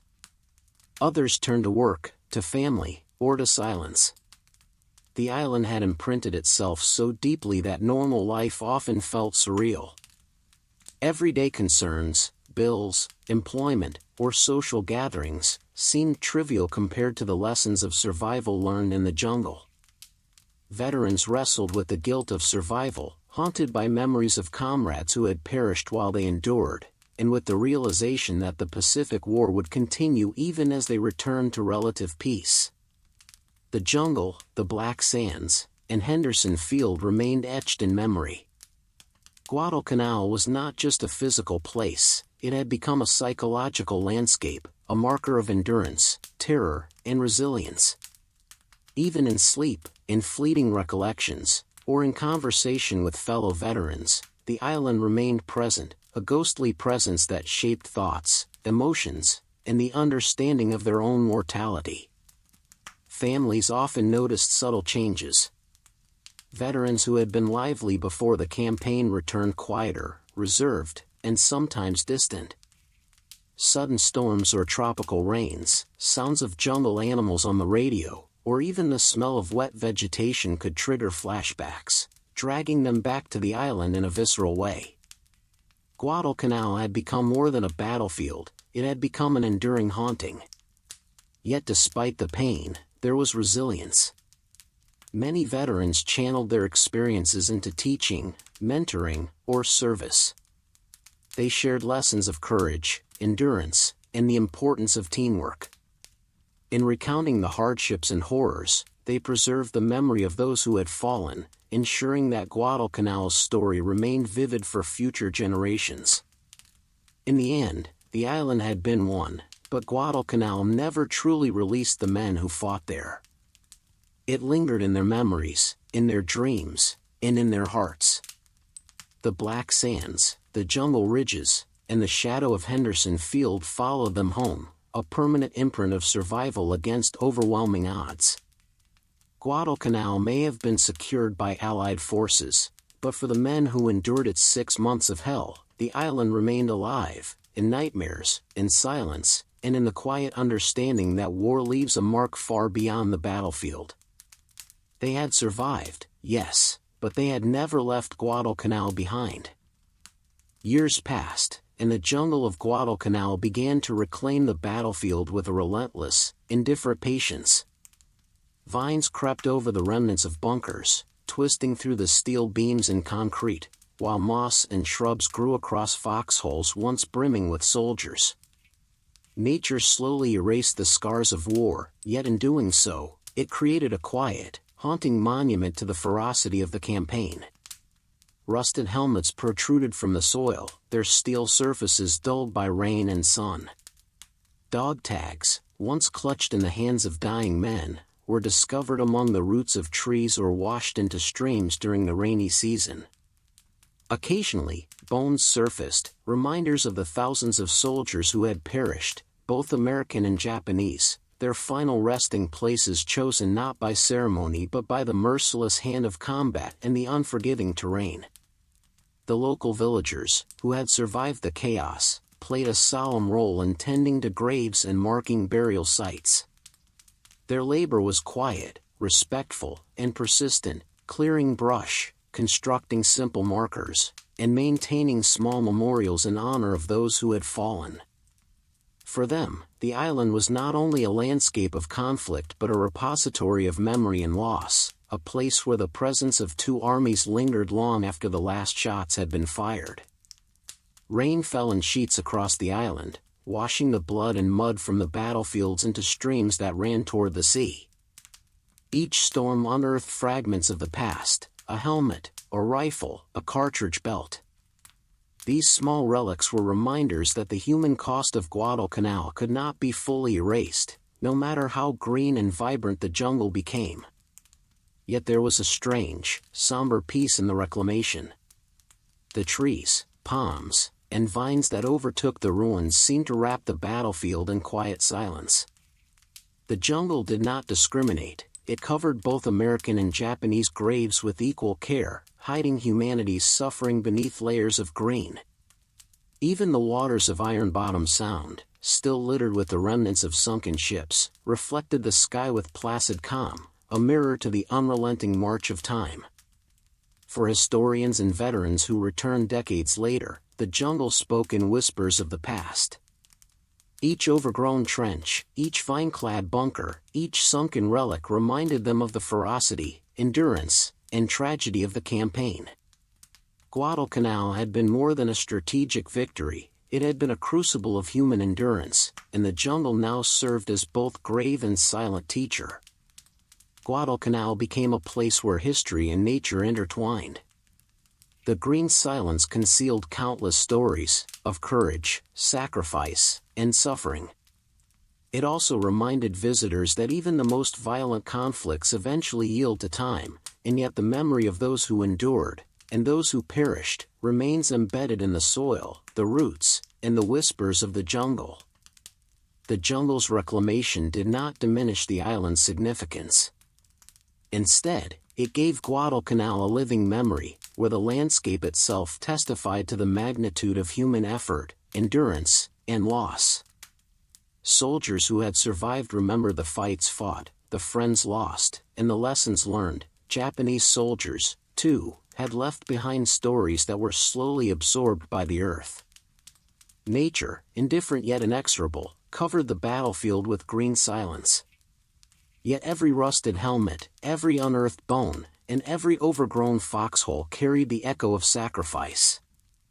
The island, reclaimed and transformed, stood as a reminder that even in the face of oblivion, human courage and suffering leave indelible marks, buried beneath the growth of time but never fully forgotten. Guadalcanal, the island that had tested thousands of lives over 6 months of hell, had returned to a quiet state of existence.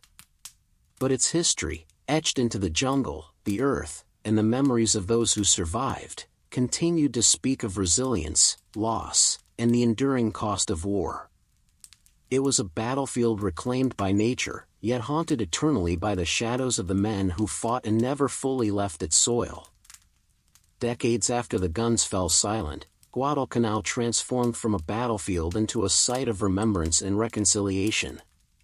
Families from both America and Japan made pilgrimages to the island, seeking to honor the memories of fathers, sons, and brothers who had fought and died amidst its jungles, ridges, and black volcanic sands. These journeys were not merely acts of curiosity, they were acts of mourning, understanding, and connection across oceans and generations. Stone markers and memorials began to rise along the paths where soldiers had fallen. Some bore the names of American Marines and Army personnel who had given their lives in defense of Henderson Field, while others honored Japanese soldiers who had fought to the end of their strength, defending positions in caves and jungle trenches. Flags fluttered in the tropical breeze, small offerings were left, flowers, photographs, and personal mementos, creating a patchwork of remembrance that spoke to the universality of grief and honor. Veterans who had survived the campaign returned to walk the black sands, their eyes tracing the jungle ridges where firefights and artillery duels had raged. Some encountered former enemies, men who had once sought to destroy them but had also endured the same hardships, hunger, disease, exhaustion, and terror. These reunions were powerful, often marked by tears, handshakes, and quiet forgiveness. Old rivalries gave way to shared understanding of human suffering and resilience, transcending the flags and ideologies that had once divided them. Guided tours and memorial ceremonies provided structure to remembrance, but informal pilgrimages were equally significant.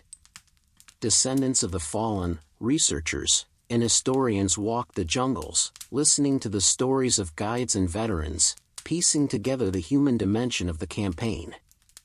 Guadalcanal, once defined by combat, fire, and blood, had become a place where history, memory, and humanity converged. The island's terrain, slowly reclaimed by jungle growth, seemed to participate in this transformation. Overgrown foxholes, sunken bunkers, and rusted equipment remained as tactile reminders of the violence that had unfolded, while the soft rustle of leaves and the gentle lapping of waves offered a serene counterpoint to memories of chaos. The environment itself had become a living monument, blending the physical evidence of battle with the solemnity of remembrance. For the veterans, returning to Guadalcanal was both painful and restorative. They confronted ghosts of fallen comrades, relived moments of terror and triumph, and found solace in recognizing the sacrifices of their adversaries. In the quiet ceremonies and simple acts of tribute, they found a shared language of grief, courage, and humanity, a language that transcended nationality, time, and even the horrors of war. Memorials, whether simple stone markers or ceremonial flags, offered focus for reflection. Americans and Japanese alike honored the fallen through silent meditation, prayers, or placing tokens at grave sites. These acts were small, yet profound, serving as bridges between past and present, enemy and ally, suffering and remembrance. Over time, Guadalcanal became a place of pilgrimage, a symbol not only of military endurance but also of reconciliation. Veterans spoke to the young about courage, perseverance, and the value of understanding the human cost of conflict. Teachers and historians emphasized the shared suffering and the lessons of endurance, ensuring that the story of Guadalcanal remained alive in the collective memory. In the interaction of veterans from both sides, and in the respectful acts of descendants, Guadalcanal shifted from a battlefield of hatred to a place of peace and reflection. The jungles and beaches that had witnessed unimaginable horrors now echoed with prayers, quiet conversations, and the soft footsteps of those remembering and honoring. The island, once synonymous with suffering and sacrifice, had been transformed into a sanctuary of reconciliation. Through memorials, ceremonies, and pilgrimages, the memory of the fallen, American and Japanese alike, was preserved and shared. Guadalcanal's story, told in both sorrow and triumph, became a reminder that even in the aftermath of total war, humanity could find a path to forgiveness, understanding, and peace. Thus, Guadalcanal, the island of hell, of black sands and endless jungles, evolved into a place where history, memory, and humanity intersected. Its fallen were honored, its lessons preserved, and its horrors transformed into a landscape of quiet reverence.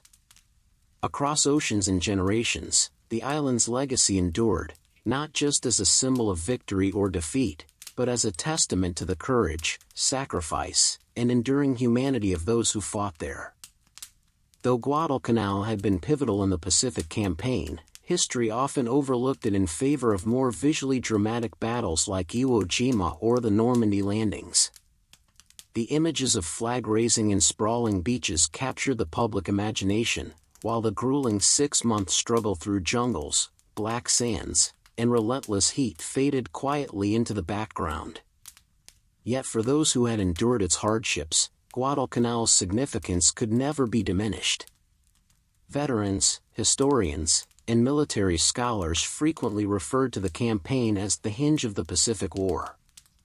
It was on this small, remote island that the Allies first demonstrated they could hold ground against the Japanese, that the tide of initiative shifted, and that strategy, endurance, and coordination proved decisive.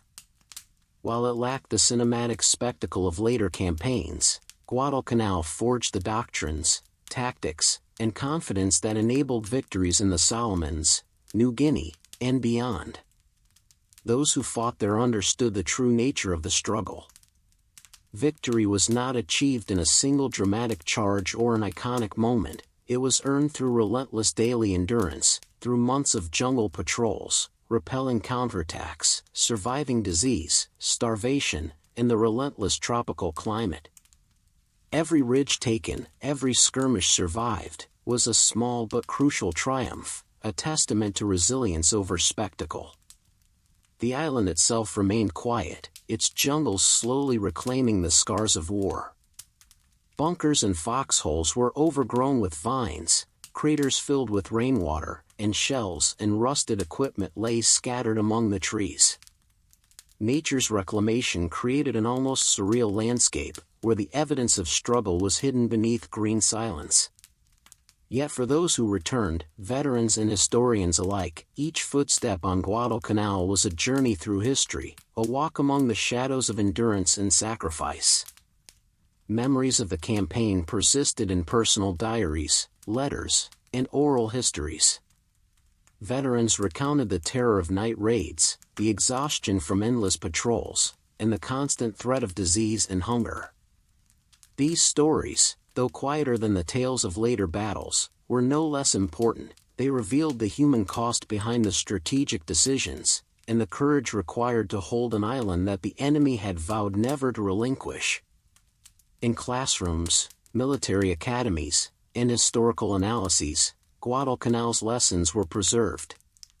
Commanders studied the importance of combined arms operations, the integration of naval, air, and ground forces, and the challenges of sustaining forces in remote theaters. The campaign taught that victory could be achieved not by overwhelming force alone, but by endurance, adaptation, and coordinated strategy. Though Guadalcanal might have faded from popular memory, it was never truly forgotten by those who had lived through it. Its story whispered through the accounts of veterans, the pages of meticulous histories, and the artifacts preserved in museums. Every fallen soldier, every scarred ridge, and every rusted weapon carried the silent testament to endurance, sacrifice, and the slow forging of victory. The island, quiet and seemingly indifferent, continued to hold the memory of its brutal past. For those who knew its truth, Guadalcanal was a reminder that triumph in war often begins not with glory, but with the sheer determination to survive. Its jungles, black sands, and ridges whispered the lessons of a campaign that had changed the Pacific War, a story that may be overshadowed but is never diminished. Guadalcanal remains a place of reverence, a battlefield where endurance, courage, and human spirit were tested to their limits.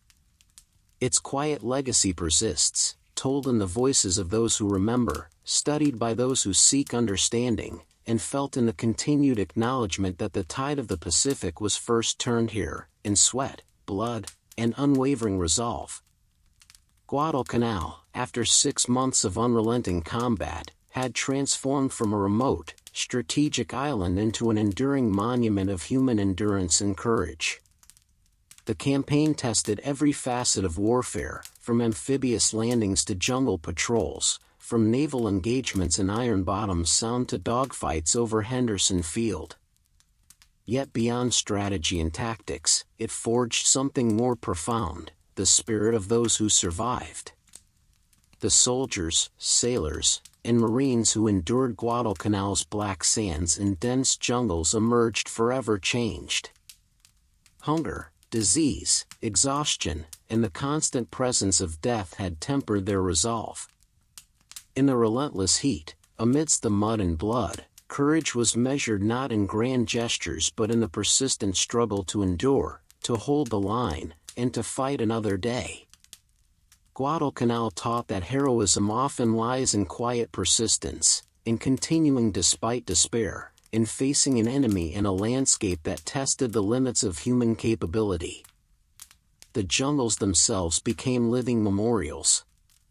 Each ridge, each foxhole, each scorched clearing bore the imprint of the campaign, the echoes of men who had fought, suffered, and died there. The waters of Iron Bottom Sound, still scattered with the remnants of sunken ships, whispered stories of naval duels and desperate rescues. The island held the memories of both American and Japanese soldiers, warriors bound by suffering, divided only by the flags they bore, but united in the universal experience of combat and endurance. Families and veterans who returned decades later walked these paths in reverent silence, honoring those who had fallen and reflecting on the lessons learned. The island's green silence was both solemn and instructive, a reminder that courage and sacrifice do not always appear in grand, visible moments, but in every step forward under fire, every ration shared, and every life preserved amid chaos. Guadalcanal was also a strategic turning point.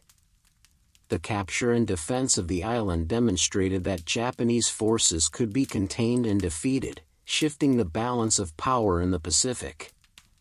Henderson Field became a symbol of American resilience, enabling further offensives across the Solomon Islands, New Guinea, and beyond. Yet the victory was inseparable from the human cost: over 30,000 Japanese and more than 7,000 Allied lives lost, countless wounded, and enduring psychological scars on those who survived. The legacy of Guadalcanal extended far beyond military lessons. It proved that ordinary men could endure extraordinary trials, that persistence through despair could forge victory, and that courage is often silent, cumulative, and relentless. Each tree, each bunker, and each footprint in the black sands served as a reminder of human perseverance, determination, and shared suffering. Even today, the Island of Heroes stands as a living testament. Its jungles, beaches, and ridges hold the stories of those who fought there, the echoes of courage and endurance forever intertwined with the land. Guadalcanal is a place where humanity was tested against the impossible, and where men, from both sides, proved that even in the most extreme conditions, the human spirit could endure, survive, and leave a legacy for generations to come. In the end, Guadalcanal was more than a battlefield. It was a school of resilience, a memorial of sacrifice, and a symbol of enduring human courage. Its 6 months of hell forged a spirit that would carry the Allies through the Pacific Campaign, taught the world that perseverance can triumph over adversity, and reminded humanity that the echoes of heroism resonate long after the guns have fallen silent. The Pacific's green silence preserves these echoes forever, the legacy of those who endured, the courage that never faltered, and the indelible proof that humankind can survive the impossible.